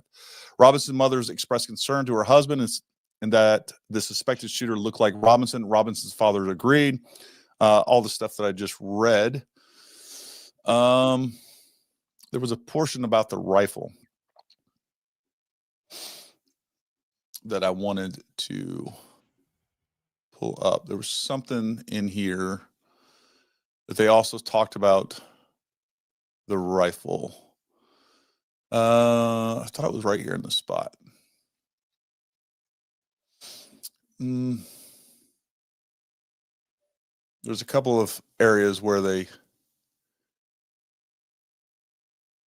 police executed a search warrant on Robinson's residence. During the search, police discovered a shell casing with etchings like the etchings found on the shells in the rifle near UVU. Police also found several targets with bullet holes in Robinson's home. We talk about the different counts that he was charged with. That was another thing that I've heard people say, that he was actually never charged with murder. Aggravated murder pertains to Robinson's shooting and killing of Charlie Kirk, in the manner that exposed others, in addition to Mr. Kirk, to a great risk of death. So he has been charged with murder, and there's still a bunch of different, I don't know, just easily proven incorrect theories and statements and things like that are being thrown around. Let's see. JJ from Iowa says, I'm just showing some love. Thank you, JJ. The MLK 30-06 would have been about the same as the 1960s ammo that you have. Awesome. That'll be interesting. Gary, security brown shirt guy initiating detonator in his left sleeve. You just played the video of him. That's the theory. I just don't see anything there that looks like a detonator. And this is the problem that I have, is like, we have these moving goalposts where it's like more data, pictures, or whatever else come out, and then we switch it up a little bit. Like, nothing we see there to me. And I do want to have Blake Bednar on here. And one of the things, Blake believes that there was some sort of explosive device under the shirt. All right. Blake is a reasonable, intelligent guy, and I don't want to blow him off at all. I don't see what he sees, and that's fine. I've already talked to Blake multiple times. We text on probably like every other day. I got a lot of respect for him is the point. So I want to try to help him prove his theory. And I've already talked to him, like, whatever we can do to try to prove his theory and to replicate what he believes took place, I'm all about it. There's definitely some weird things going on with after he's hit. I don't see anything that looks like an explosive device. And to be fair, Blake says it's not an explosive, it's something else, something new.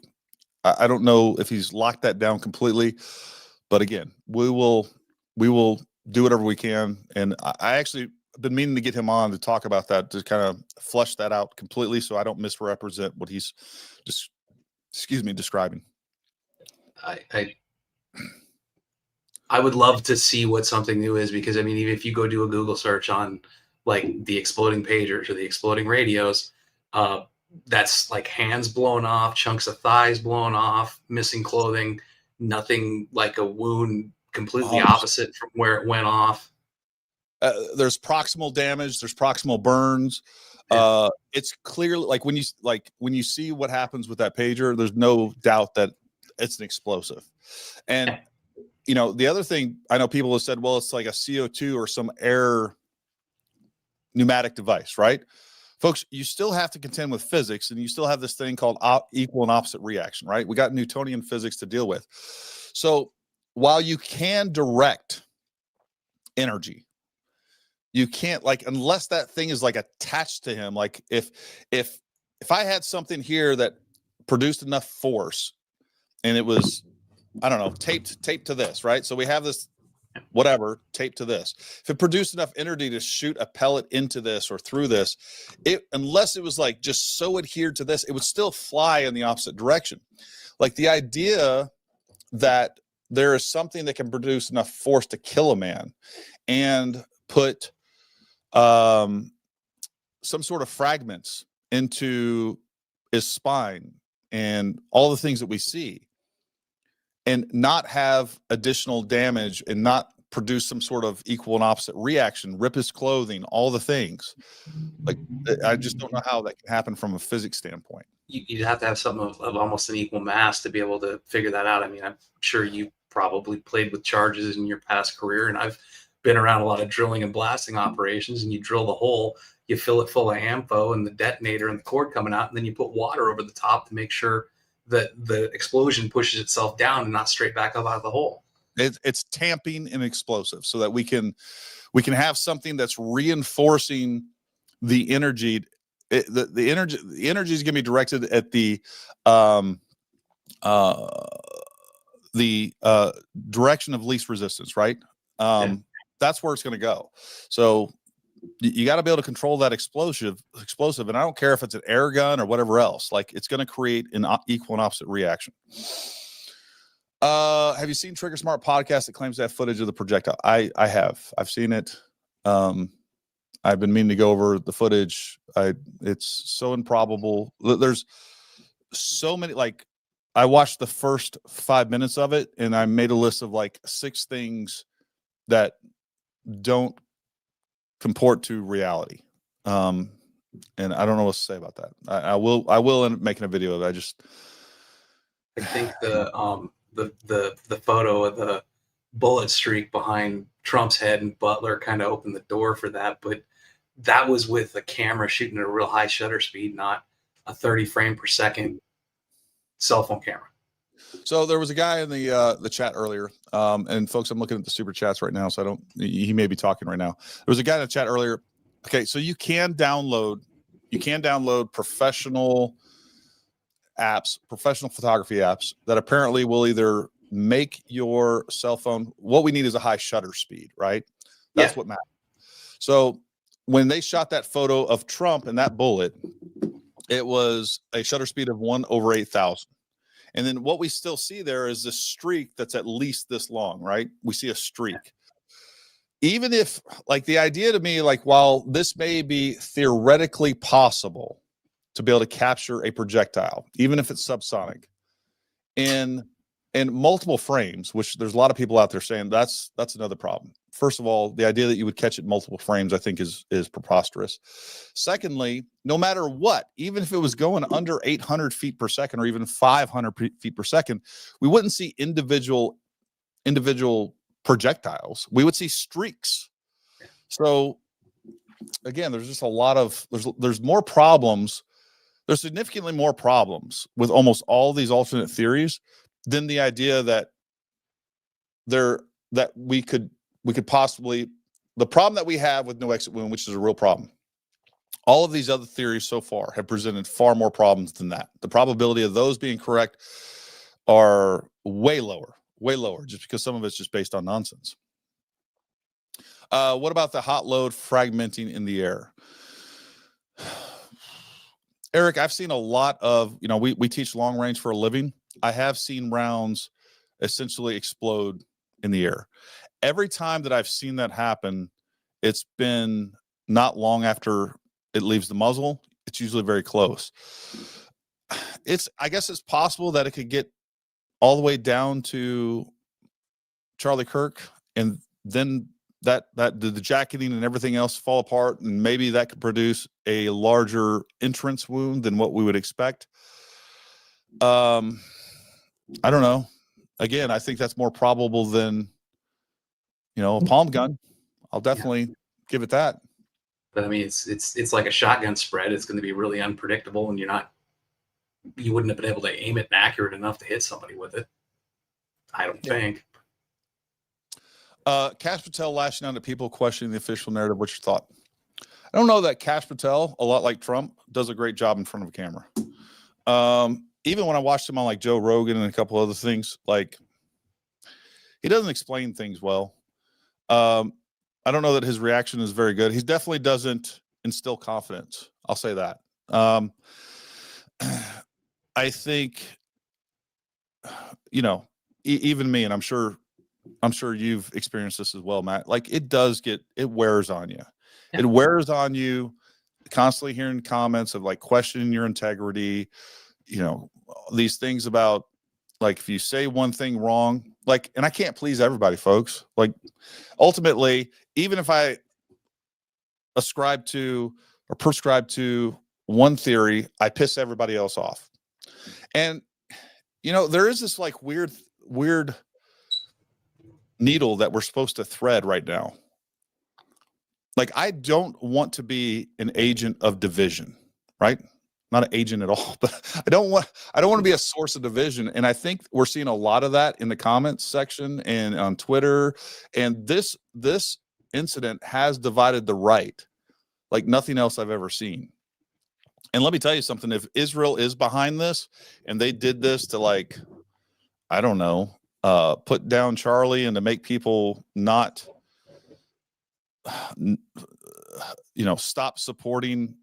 stop or prevent support for Israel dropping off, man, they really calculated that wrong.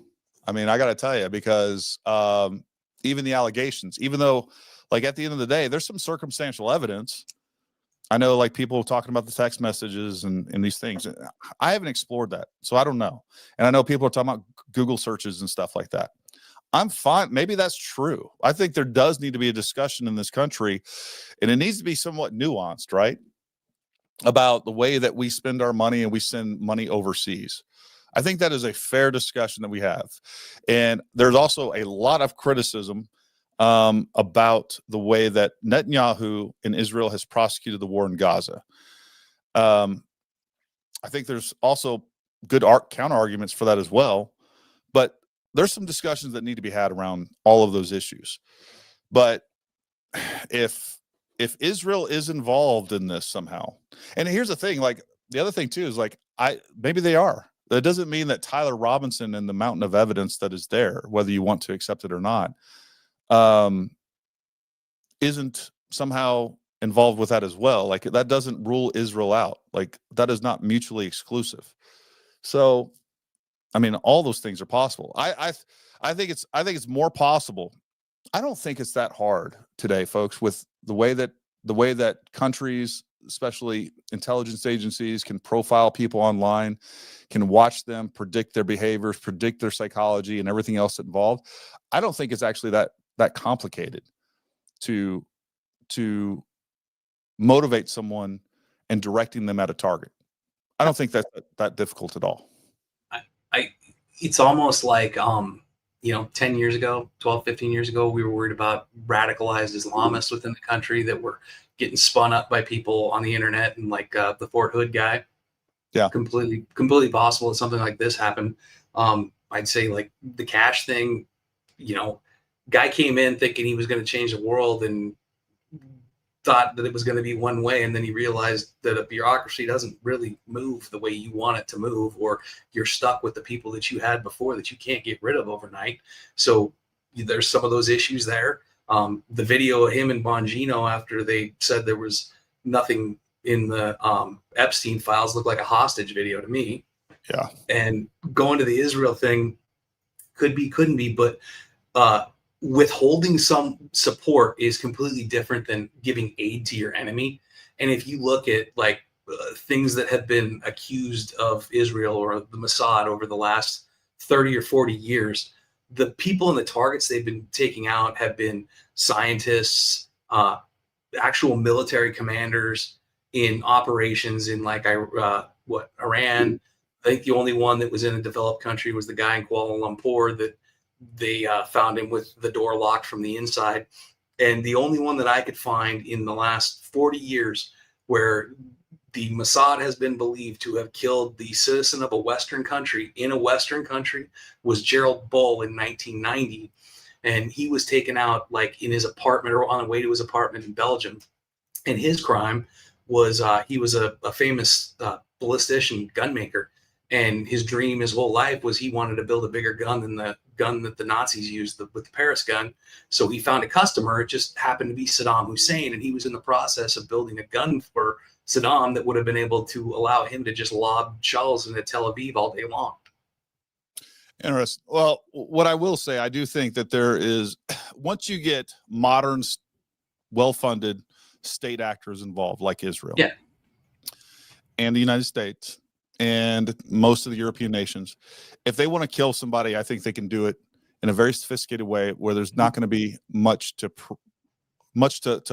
evidence to point back to them. That's why I think that's one of the reasons that I find this almost ridiculous, especially if we go into multiple shooters. Like if it was Israel involved and we had multiple shooters, like you can convince me easier that like, hey, Israel directed this guy directly or indirectly and got him to shoot Charlie Kirk.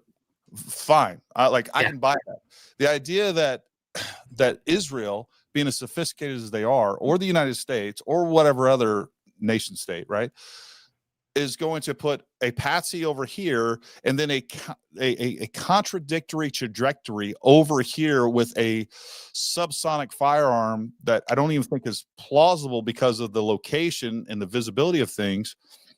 That doesn't make sense to me. Like you went from saying, hey, these guys are the A team to these guys are the C team, because that's what that is.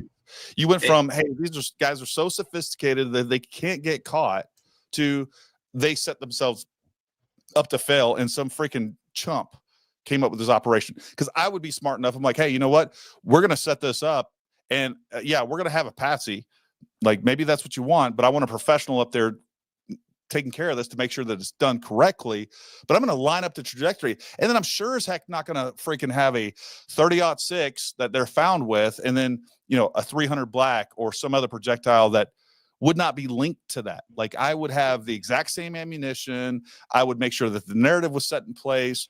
Like you're asking me to believe that a sophisticated nation would be doing freaking Z-level nonsense. And why would you go through all the trouble to try to set this particular thing up in public when you could have just whacked him in his swimming pool at home? Well, the answer to that, because I've made this argument, the answer to that is they wanted it public for the world to see. Okay. So that's the answer to that. To answer this question, though, before we move on to the next question, Kash Patel lashing out at people questioning the official narrative. What's your thought? I do think that's a little ironic, because the thing that got Kash Patel into this job was that he was one of the #1 voices questioning the official narrative. And I don't know what planet Kash Patel lives on that he thought that he was going to take over the FBI and suddenly all the problems were going to be gone. And now the FBI is now considered a legitimate organization. The FBI has lied to us. The FBI has used the force of law to punish and prosecute and persecute political opponents. We saw that with January 6th.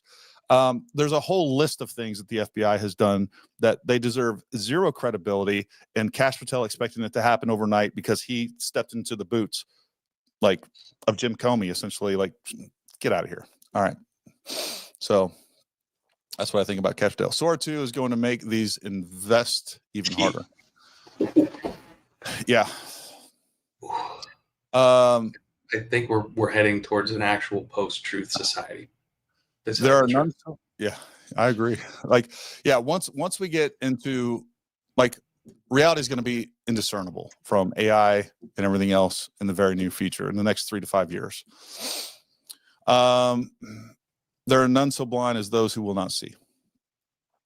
I'm so sick of speculation of Charlie because these conspiracies are diminishing his legacy. No offense to y'all. Yeah, like here's an interaction. I started to formulate this tweet, and I was getting screen grabs and everything else.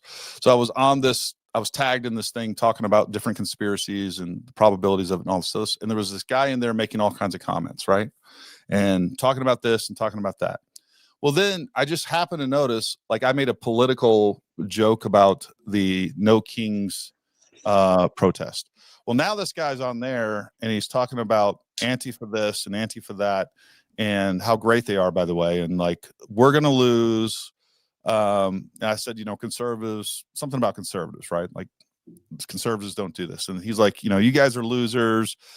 You're a fascist, all these other stuff. And I'm like, whoa, hold on. Folks, we need to realize that is definitely happening. We have people that side with Antifa, and this guy was like a low-level idiot that to me like showed his hand, because I saw him over on this thread. Now he's commenting on my political stuff. There are definitely elements of the left, and much more sophisticated elements of the left, that are definitely manipulating the right on this issue. And I do think that they're a source of some of these conspiracies that undermine everything being done on this side. I don't know. It's just something to consider. And look, none of us that genuinely care about Charlie Kirk. I don't care what you believe.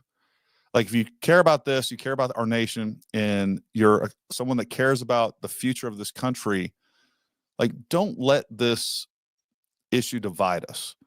And I should be able to express to you what I believe. I will let you express to me. I'll let you come on the show. Doesn't mean that we need to take that 1% that we disagree on. What's going on with this? And while we agree on probably 99% of everything else, let that fracture the right, because that's what's happening. Like, this fight between Candace Owens and everybody else, like, to me, it's a distraction. It's unfortunate.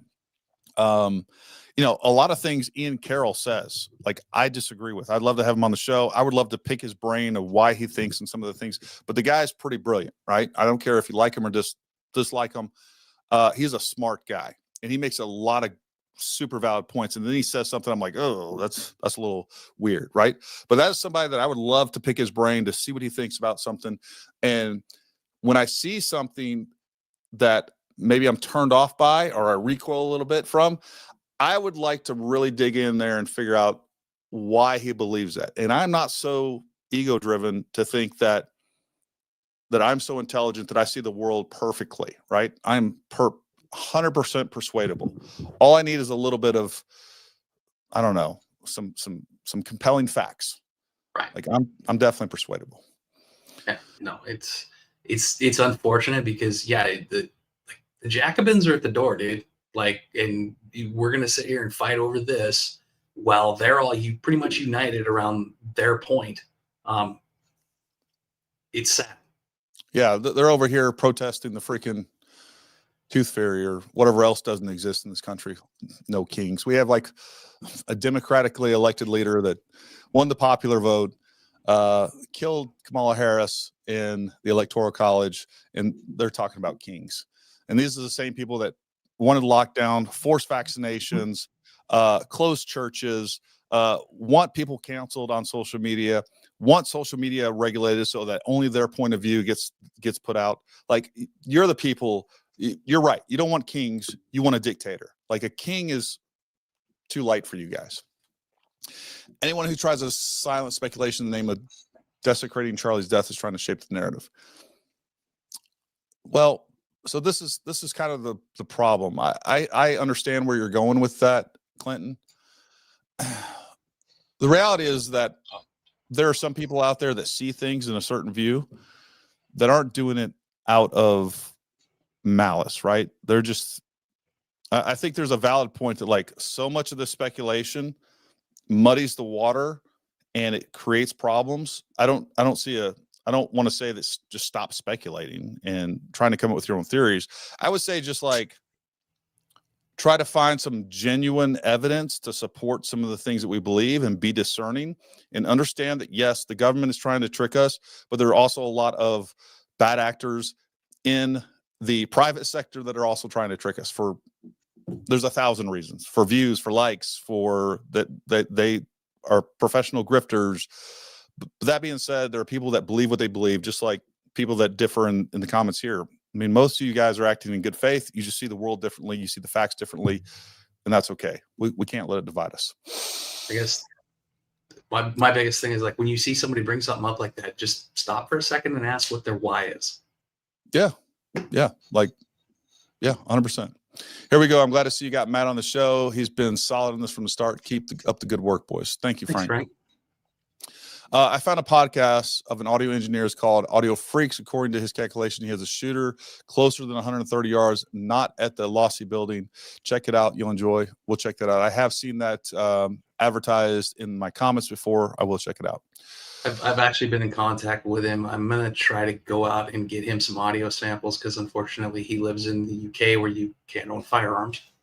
Oh, God. He's a Brit. Yeah. He's got no credibility. I'm joking, Audio Freak. Love to have you on. I love having subjects of the crown on my show. Agree that TR was a lone shooter, but most likely influenced by furry Marxist community, and that someone else could have infiltrated the community. Nissi social for potential furry connections. I don't even want to know that the furry connection is a rabbit hole that I want to go down. Have you been down that rabbit hole? I mean, I've seen some weird shit in my day, but I haven't gone down that one. What would have to happen for you to trust the FBI?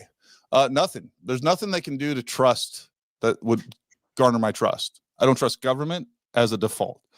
That said, I want to look at every individual situation. I can't say, hey, there was this assassination that happened here, Lee Harvey Oswald, right? I 100% believe that JFK was a conspiracy. I don't think it was Lee Harvey Oswald, or at least he was a lone shooter. Okay, I believe that to be true. Okay, I can't automatically, and so many people are doing this, is say, oh, this was an assassination, so it has to be this grand conspiracy. Maybe it is. All I want to do is look at the facts that I can see and the evidence that I understand with my experience from everything that I've done professionally and continue to do. Like, that's what we do here. We do firearms. We do gear reviews. I was a sniper. I test ballistics. I was doing this long and test gear. I was doing this long before I had a YouTube channel or anything else. That's what I've done professionally for the last 20 plus years. So all I can do is take that experience and that knowledge and that expertise and apply it to what I see, and then tell you what I think about it. And maybe that'll help you. Maybe you agree with it. Maybe you trust my opinion. Maybe you don't. And all those things are okay. But I'm still not going to trust the FBI. I still want to find holes in their narrative or their, set of facts or whatever else. Like, I wish I could convince everybody right now. If I could come up with something, I mean, outside of what we know to be true, like the COVID, everything to do with COVID, I think is a huge conspiracy.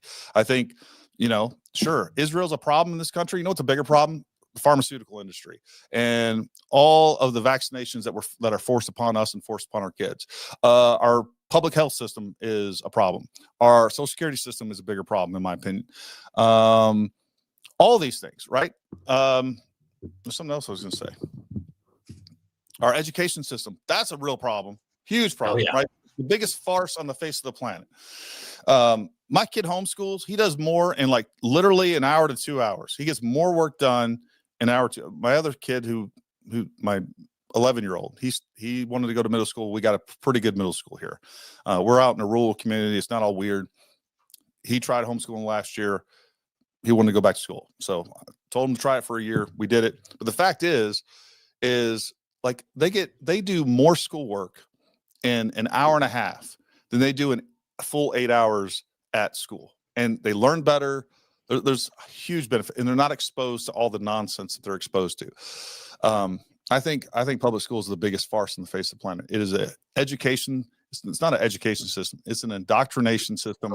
There's multiple things. It indoctrinates people when it comes to from basically birth to your middle adulthood, your most formative years. You're being told to believe certain things. You're being fed a certain ideology. You're being told that you need to rely on government. It makes parents rely on the government for watching their kids. It makes kids rely on government and are taught to trust government.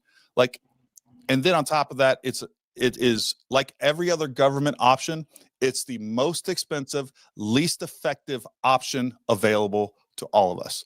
And that's what you get when you go with, it's also the most corrupt.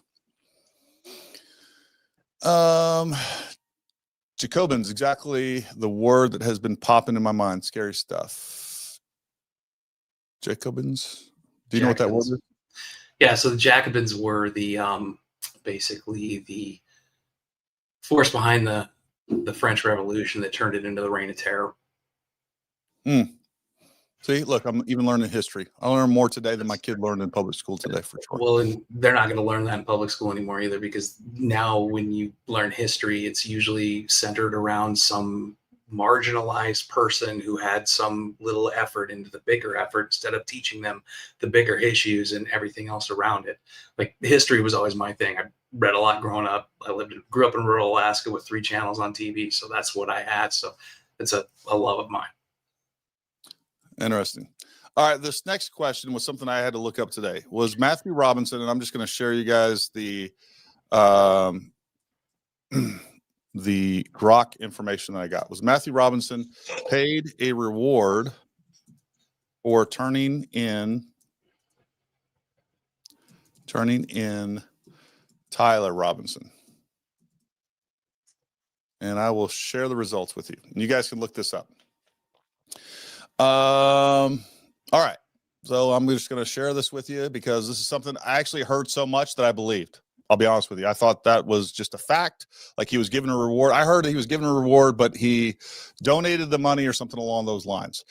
Let me share this screen and we'll jump over here to Grok on Twitter, right? So we're sharing that. Matt, can you see that? No, sir. Oh. See, this is what I hate. I have to go back here and add it again, even though I do it once. And you guys are welcome to look this up. And if I'm wrong on this, I've done a chat GPT search. I searched different news articles to find anything definitive on this.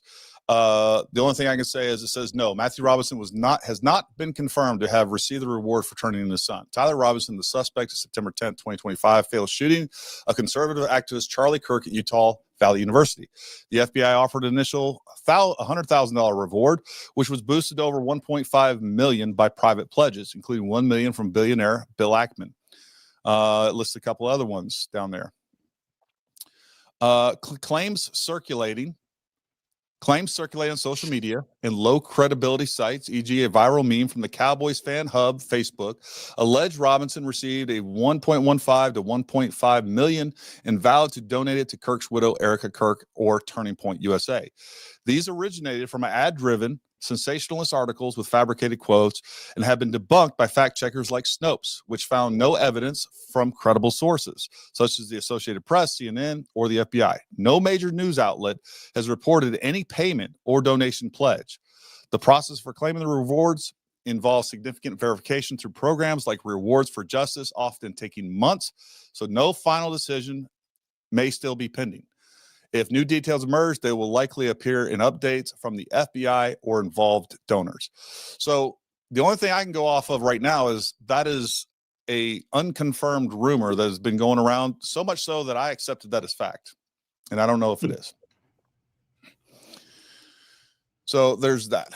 All right, folks, we're going to hit a few more of the lives. If we get some more super chats, we'll address those. Black O'Hara. The Google search shit is nonsense. You can plug anyone's name into the time range, and if they looked into Israel or vice versa, it will show a connection, but it doesn't mean anything necessarily. This is something that I did find out. I know there's been a lot of information going around about the Google searches. That is not an area that I have any expertise or knowledge on. I don't know. Matt, do you? A little bit, just because I saw a video that came out where somebody was talking about how these searches happened at this time, but two things there that caught my eye. One, it doesn't give you any indication about the actual volume of search. It just says there was a search here at a certain point in time, and you can associate it with an IP address at a certain place. And then what was the pants down guy on the scene's name again? It's like George Zinn. Oh, yeah, George Zinn. Yeah. Okay, Google George Harrison Zinn. You mean literally right now? You want me to? Well, I mean, just do it sometime. I think there's like an old World War I vet named George Harrison Zinn. Okay. So, I mean, somebody could have ostensibly actually just been Googling that name, because this one said like there were Google searches from Israel for this name or from the DC area. I think the guy's buried somewhere in that area. Gotcha. So couldn't have been this. It might not have been the exact same person somebody was searching for. I mean, there's a lot of doubt in that. I haven't look, folks. I've been focused on like the physical evidence. I actually went to UVU, all that stuff. I haven't gotten into some of these kind of peripheral issues that are circumstantial in my mind and outside of like you could be telling me bullshit and I don't know. Like, I'll just be honest with you. I would like to get some sort of like Google Analytics person in here and we can explore some of those. Some of that has some real expertise. The problem is like, man, I include myself in this. Look, somebody can make a video. They can post up a bunch of stats that could be utter bullshit, but it's very convincing. We've all fallen for it before. We know we have. We found out other things that we've known to be true. I've done it. Things that I would have bet my life on to be true, and then come to find out it was wrong. Like, that happens to all of us because we're humans, and we all suffer from a little Dunning-Kruger. There's no doubt about it. So I'd like to get somebody on to talk about that. Kaneko says you need to unteach what public schools teach your kids. Talk about a lot of extra work. You're right. It is true. I even experienced that with my kids. Like we're as conservative as we get. I would say I don't even know where to put myself in. If I was to put myself in a box, I'm definitely like libertarian, conservative. There's some weird things that I reject from the libertarian issues. I'm a constitutionalist, right? I believe in the original Constitution of the United States, and I believe that traditional America was the best America. Like, every major principle that made America great, we are abandoning left and right. And my God, watch as this country goes downhill. I mean, take a look at that. So even with all of that my kids are constantly exposed to, they come home saying some weird stuff, and I got to sit, me or my wife, have to sit them down and be like, look, dude, like, no, that is not correct. And that's, whatever else. Frederick Leathers, I think a lot of people are sick of that one leader always being around our business. The people are just the people. I don't know what we're talking about exactly.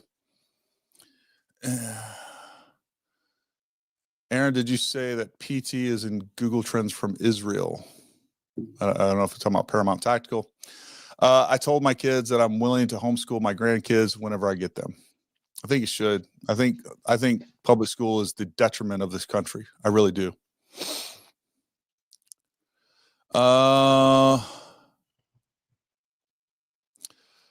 From Roan Derek Johnson, as a perspective worth considering, Candace's thoughts actually help to fill in a bigger picture with his view. Okay. Jews are cool. The Israeli welfare queens that can go to hell. All right. Look, I'll be honest with you. I'm concerned about any foreign influence in the United States. It's a legitimate concern. I will tell you, look, I'm originally, I was born in the Detroit area, Dearborn. I was born in Wayne County. I grew up in Texas. Then, 9/11 happened, and a couple days later I was in the recruiting station, and then had a military. I was in the military for about 11 years, most of that time in special operations. The point here is every time that I go back to Dearborn, my dad lives in Dearborn Heights. All right. It's unrecognizable. I have a real concern about the complete takeover of Muslims in some of our cities and countries. To me, if we look at things that are antithetical to American values, that is a bigger problem, I believe, than, or at least as big as, like, I don't know why that's not being talked about more. Like, we're seeing that happen in the problem that I have with this, same problem that I have with any immigrant in the United States. If you're not going to assimilate to the United States, then you shouldn't freaking come here. Like, that is part of the deal. Like, we're a melting pot. Yeah. And if you're just going to create your own third world country over here in the United States and spread that nationwide, I have a problem with that. If you want to come here and live like an American and, you know, conform to our values and our standards and all those things, I'm good with it. If you want to come here and bring Sharia law or any other type of religious law, I have a real issue with that. And I think, like, I don't know why that needs to be addressed for sure in this country. The burner is not on the melting pot anymore. I haven't even really heard anybody say melting pot in 20 years. You're hanging out with the wrong people, man. Well, you know what I mean, though. Like in a public narrative, like, yeah, that used to be you'd come here, you might bring a little bit of your food or your cuisine or parts of your culture, but you adopted the law system. Yeah, exactly. Gerhardt, Gary, missed my super chat on the last live, but just wanted to express my support to you. Thanks for digging into this without adding a dissension like some other platforms are doing. Prior 11 Bravo here. Thank you for your service. No, sir. Thank you for service. And if I missed your super chat last time, I apologize. Folks, if I do that, email me. I try really hard. Like, the super chat's constantly moving. I flip back and forth to live. If I miss your super chat, it's not because I ignore it. I don't care if you're calling me a jerk off. Typically, if it's not just ad hominem, I'm going to read it, whether it's negative or not. If you call Matt a jerk off, I'm not going to read it. My God, man. No, just joking. How do you feel about the monies that were turned over? Oh, okay. Yeah, I covered up. Yeah, I'm trying to go back. I thought I missed that one. I think the question there was if you were his father, would you accept it? No, I wouldn't accept it. I wouldn't even want to be associated with it. I wouldn't want to say I'm going to donate or anything else. I would just reject it completely. Thank you for all your efforts. Great job.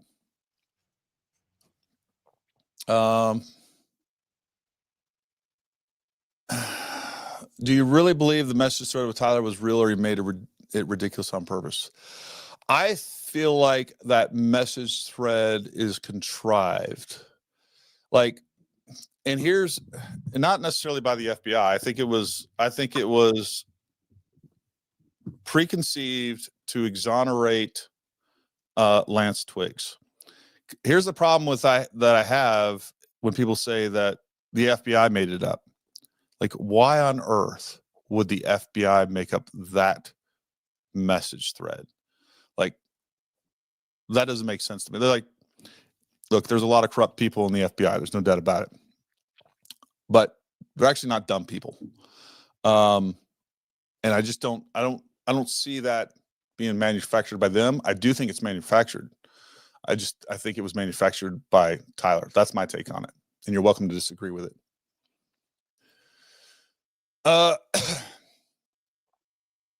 Says, I don't trust Chat GPT. I don't either. Look, that's and that's something I talk about all the time. It depends on what you use any of these AI tools for. I think they're good at certain things. The problem is, and this has been stated, like the type of query you ask it for. For instance, somebody was trying to say during Butler that there was a sniper in one of the trees, and I proved, once we did the 3D model, like wherever they said this tree was, there was no line of sight to actually Trump, right? And it was, the trajectory did make sense, all these other things. And this person came back and says, well, I just checked to see if Chat GPT said it was possible. And they said it was. And it said it was. Well, okay, it's possible. Doesn't mean like it's possible with any sort of probability. And the problem was, number one, this person would have to be, first they said it was like subsonic, and then they added some other weird things to it. But there was no line of sight. So the implication was that they're lobbing this round over this barn without a line of sight, and it hits Trump's ear. That was the implication. Is it possible? Yeah, it's possible, but it's stupid, right? To think that that would happen. I get it. I limited it just to analyzing math data. It's just odd that Paramount and Henry Dale was trending in Google in Israel. Bro, I don't know what to tell you. Like, I don't know what these mean. I don't know what that implies or whatever else. Like, I am on the souls of my children. I am not some sort of agent of Israel. All right. I have no affiliation with or anything else with Israel.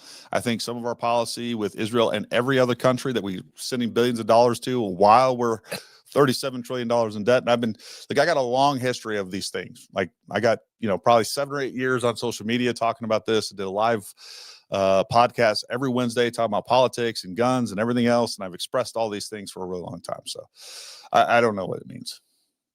At this point, I think you can probably look up any Google trend with any person's name in there, and it probably, I don't know what these mean. Maybe they were just looking for your address to mail you your check. Right. Here we go. Plus, he keeps pushing the Tyler Robinson narrative. See what I'm talking about, Aaron? Because this is an ad hominem.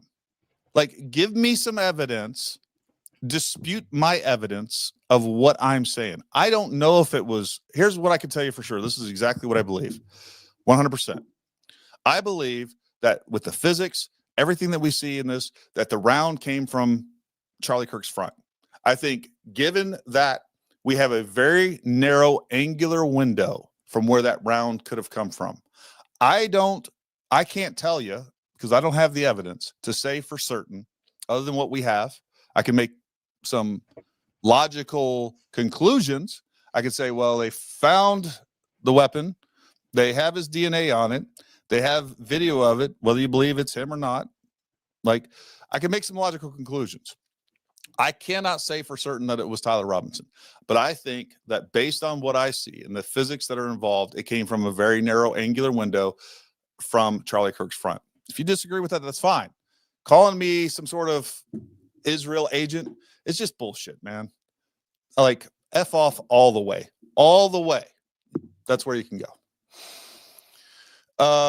Google searches add to intelligence gathered on imminent threat to CO and reason to thwart the actual hit with stage takeout.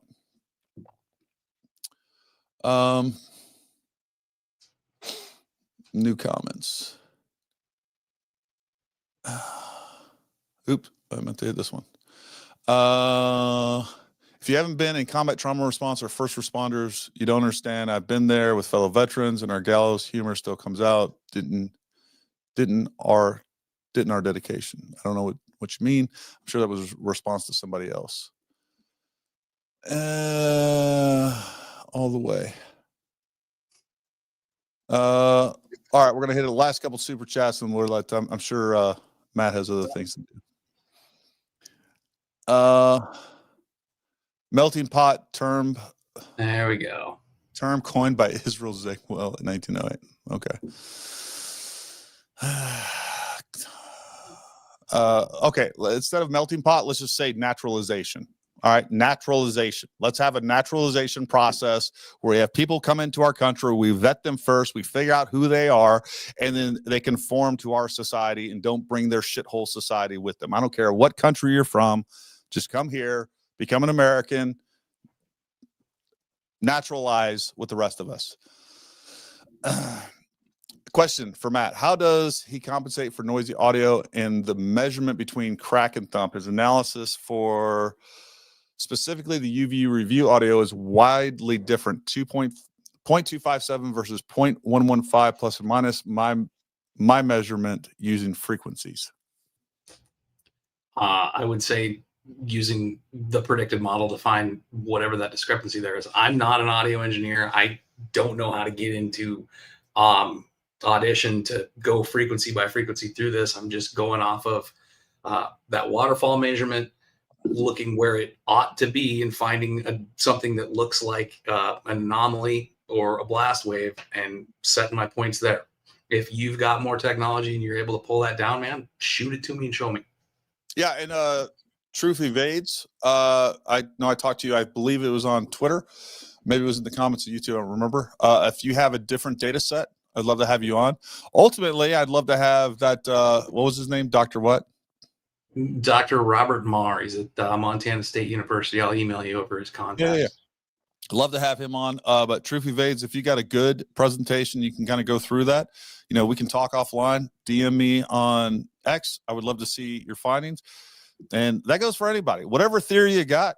I've had multiple people on here that completely disagree with me, and we can go through what you believe and present it to the people. And if they believe that, if they find your theory compelling, fine, great. We just got more information out there. Final question is, who's responsible for the round being compared to match the signature of the rifle? Well, that's definitely going to be the FBI. The FBI ballistics lab is going to do that. And I talked about this the other day. The way that they're going to do that is a couple different ways, right? So the first thing they're going to do is if there's enough left of that projectile, they're going to match they're actually going to match the lands and grooves to the rifling that's left on that projectile. If there's not enough of that projectile to be able to do that conclusively, and even if there is, they're still going to do this as well. They're going to metallurgically match that to the other projectiles that they have. The other thing that they'll be able to do is we have a spent casing, right? Anytime that I chamber around in a bolt action gun, there are very specific, unique fingerprint, DNA-like markings that gun is going to put on even the metallic cartridge of that, the brass of that cartridge. And then in addition to that, when you pull the trigger, that firing pin goes forward. It's also going to leave a unique signature on that firing pin. So there's a multiple different ways that they can, and they're going to be able to match they'll either be able to match or not the brass used in that with what they have left, with what they found at Tyler Robinson's house. So they'll be able to conclusively tell you whether or not that round came from that rifle. What they may not be able to, well, I mean, I think they'll be able to is tie that rifle to, but right now, what we don't have is a direct tie through evidence with the information that we've been given that would say that rifle was in the hands of Tyler Robinson. I think we have a lot of evidence for that right now, that you may or may not believe or reject. That's fine. But I mean, there's some pretty good stuff out there right now, if you believe the FBI. And we're not going to see any of that until there's a big discovery done. Yep. Just plain and simple. We're not going to see it till trial. Hey, Gary, appreciate what you do, brother. You and Matt, thank you for your service. So if the bullet was not coming straight towards the screen, would it still show the streak in the dimension we are shown? Straight toward the screen. I don't know exactly what you mean. Are you talking about the camera angle? Like if the camera's facing direct at it, are you going to see a streak coming at you? So if the camera is on the oblique edge of that trajectory, right on the side somewhere where we would see a streak.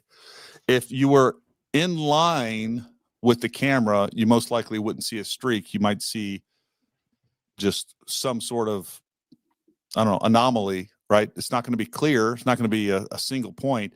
It will be a streak, but just more head on. It just depends on what camera angle that we have, so there's that.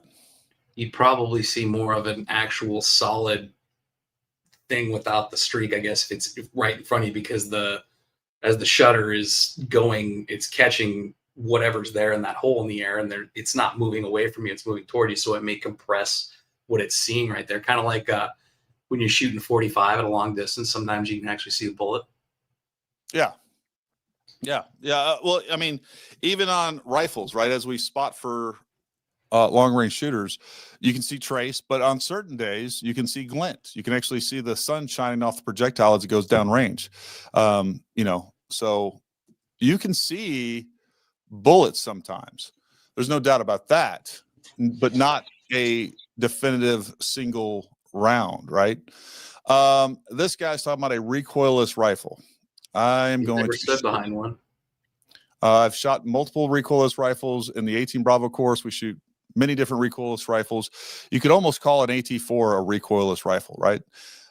If we look at this, I'm going to go ahead and share this. This is let me add this to stage. And then I'm going to share this page instead. I don't know how well you can see this, but yeah, there we go. All right, so this is a recoilless rifle.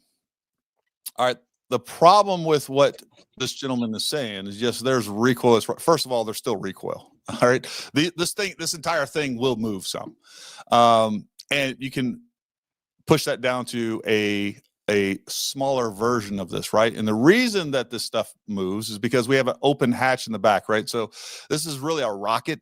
That's what a recoilless rifle is. It's a rocket. And you're still going to have equal and opposite reactions. So like you still have something pushing that. So it'd have to be like a projectile of some sort, of some design that would produce enough thrust to shoot into Charlie Kirk and ultimately kill him. And like, I don't know, like to miniaturize that and for that to be used while, again, this goes back to the, like, you start off with something super sophisticated and then you expose it by having this patsy out there that supposedly shoots with a 30-06. Like, reconcile that logic for me. You have this super sophisticated device that we're going to kill Charlie Kirk with, but we're going to say it was a 30-06, but nothing is going to match up with that. Like, I don't know how that makes sense. Why not just shoot 30-06? And, like, and check me if I'm wrong. The recoilless rifle is going to be like a blast pack. There's going to be a backblast somewhere because I'm pretty sure you don't stick your head behind the breech of a recoilless rifle when you pull the trigger on it. No, if you were up here, if you're looking at this thing and you're in the back of this, you're going to die. All right, you will die. There's a significant amount of thrust that comes out of the back of that thing. So, I mean, I don't know what to say about that. And where did the microphone that was the smoking gun literally go afterwards? Yeah.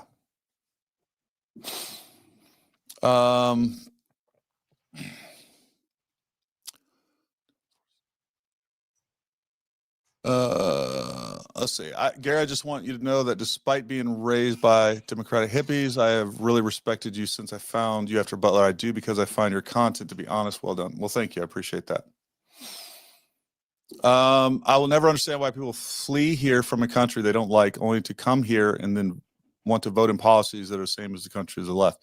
It's the same thing that we have with the left, right? There was this mass exodus out of California into Texas and many other Florida, many other places, and they're just repeating the same folly. It is insanity by its nature. They're voting for the same policies. They're turning these places, these last bastions of freedom, into more leftist places that are going to be crap holes. I don't know why we can't learn from our mistakes. Live right next door to California and then deal with it every day. That's too close, man. I know, brother. I got about 6 months left. We're buying property somewhere and getting the hell out of here. Gary, are you open to alternative theories or gunshot analysis sound? Charlie Kirk was not shot with a gun in the charging documents. Too many discrepancies. Like, I don't know how we can definitively say that. Now, here's my thing. Part of what I'm doing is I'm trying to create a record, both in my mind, on my computer, and publicly, of the facts that we have. What we are going to have to do is wait to some extent before they release all the information, and then we can fact check that and confirm or deny that. Nobody out there, just like I stated earlier, nobody out there can 100% say that was not the gun. We don't know the round. We don't know the projectile. We don't know what ammo was used. We don't know the condition of the ammo. We don't know the condition of the gun. I, as someone that does ballistics for a living and has done it for a long time, I agree that it is a ballistic anomaly that is really strange. That being said, most of us, including myself, our experience with ballistics and 30-06 is people using, 160, 180, 200 grain rounds.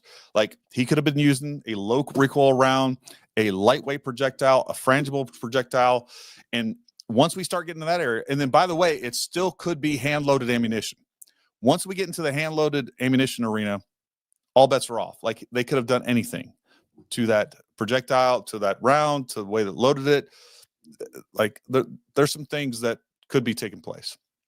I'll chime in on that too, just to go back. My sound analysis, I've ran it with 223 556 velocities. I've even ran it with the 4,000 foot per second accelerators, and they still check out too. Yeah. Okay, this is another thing that is incorrect. The DNA is on the weapon. I Trigger will. and the screwdriver. Yeah, the trigger. It was on the trigger, Derek. So I'm just telling you. I still got that charging document. It's in the charging document. I have to go through this line by line, but it is there. It is 100% there. You are incorrect on this. And when we start, and this is the problem, these little bits of misinformation, and I'm not saying it's intentional, but these little bits of incorrect information at the minimum that keep getting passed on, they start snowballing with other incorrect information. It creates a picture of unreality, like it's not true. So there was absolutely DNA. Page All 3 right, of the charging document. Here we go. The rifle, ammunition rounds, and towel were sent for forensic processing. DNA consistent with Robinson's was found on the trigger, other parts of the rifle, the fired cartridge casing, 2 of the 3 unfired cartridges, and the towel. Okay, and I will share my screen just so that people don't think I'm making shit up. I will, let me see. Share screen. Let me see. Chrome tab. I'm going to share my entire screen real quick. I'm going to add that to the stage. I'm going to pull up this document right here. So you guys, Matt, can you see that? Yes, sir. All right. The rifle, ammunition rounds, and towels were sent to forensic processing. DNA consistent with Robinson was found in the trigger, other parts of the rifle, the fired cartridge casing, 2 of the 3 unfired. Yep. You're on a black screen right now. It just says Derek Church's comment. Oh, my bad. Let me see.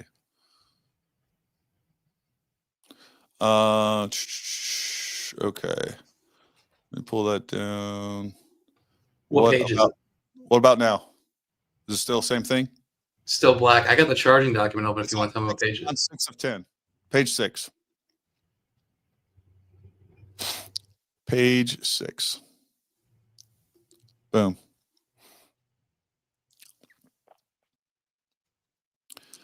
Yep, right there.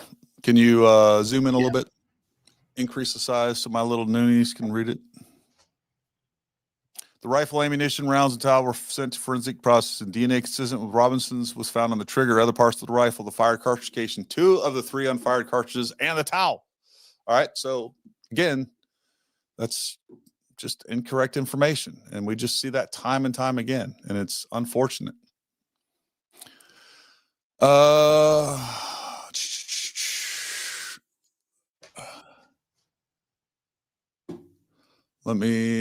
right. I think we got 1 or 2 super chats left. We're going to call it a night. We got that one. Just asking because so many were sold that the autopsy will have the caliber. LO, just making sure who. The medical exam will have it won't have the caliber. It won't have the caliber. I think we had Stephen Gardner on the other night. He said he talked to a medical examiner. He said they don't typically, maybe it was the autopsy, not the autopsy, but the death certificate. That's what it was. The death certificate won't have that information on there, but the medical exam, I believe, will. If you go back and look at that, he had a mortician on, and then he had a forensic medical examiner on, I think. And I don't hold out a lot of hope that we'll ever see a copy of that autopsy. Yeah, I mean, again, we might see it in the trial. I don't know. I agree the messages were not real at all. Maybe Tyler, maybe not. I think I agree. I think they're manufactured. Like you said, maybe Tyler, maybe not. 1790 Naturalization Act, first act of Congress. The classic Mauser 3 position leaf safety is clearly visible on the bolt of the rifle in the FBI picks. It is likely a post-war conversion to 30-06. It's very, very possible. It also doesn't have a original stock, which is nothing weird about that. That people change out those stocks all the time. People bring guns in like that all the time for us to, those old wooden stocks that get cracked, they're not as adjustable. You can throw that same gun into a different stock, an adjustable stock, a chassis, a modern one that's going to last longer, be easier to shoot, has a recoil pad, all those things. Like that is very common. There's nothing crazy about the fact that, go ahead. Well, I was going to say, if it was a gun that like granddad bought when he was a teenager or whatever, and he continued to use it, of course he's going to take modern updates as they come available and put them on that gun, because if it was shooting good, there's no reason to go buy something new. You just add to it. Yeah. Oh, 100%. Anything else I'm seeing?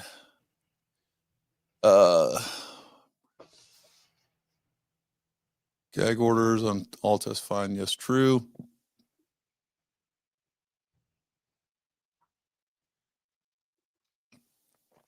Cash says they captured the shooter in 33 hours. Didn't he turn himself in? That is true. He turned himself in.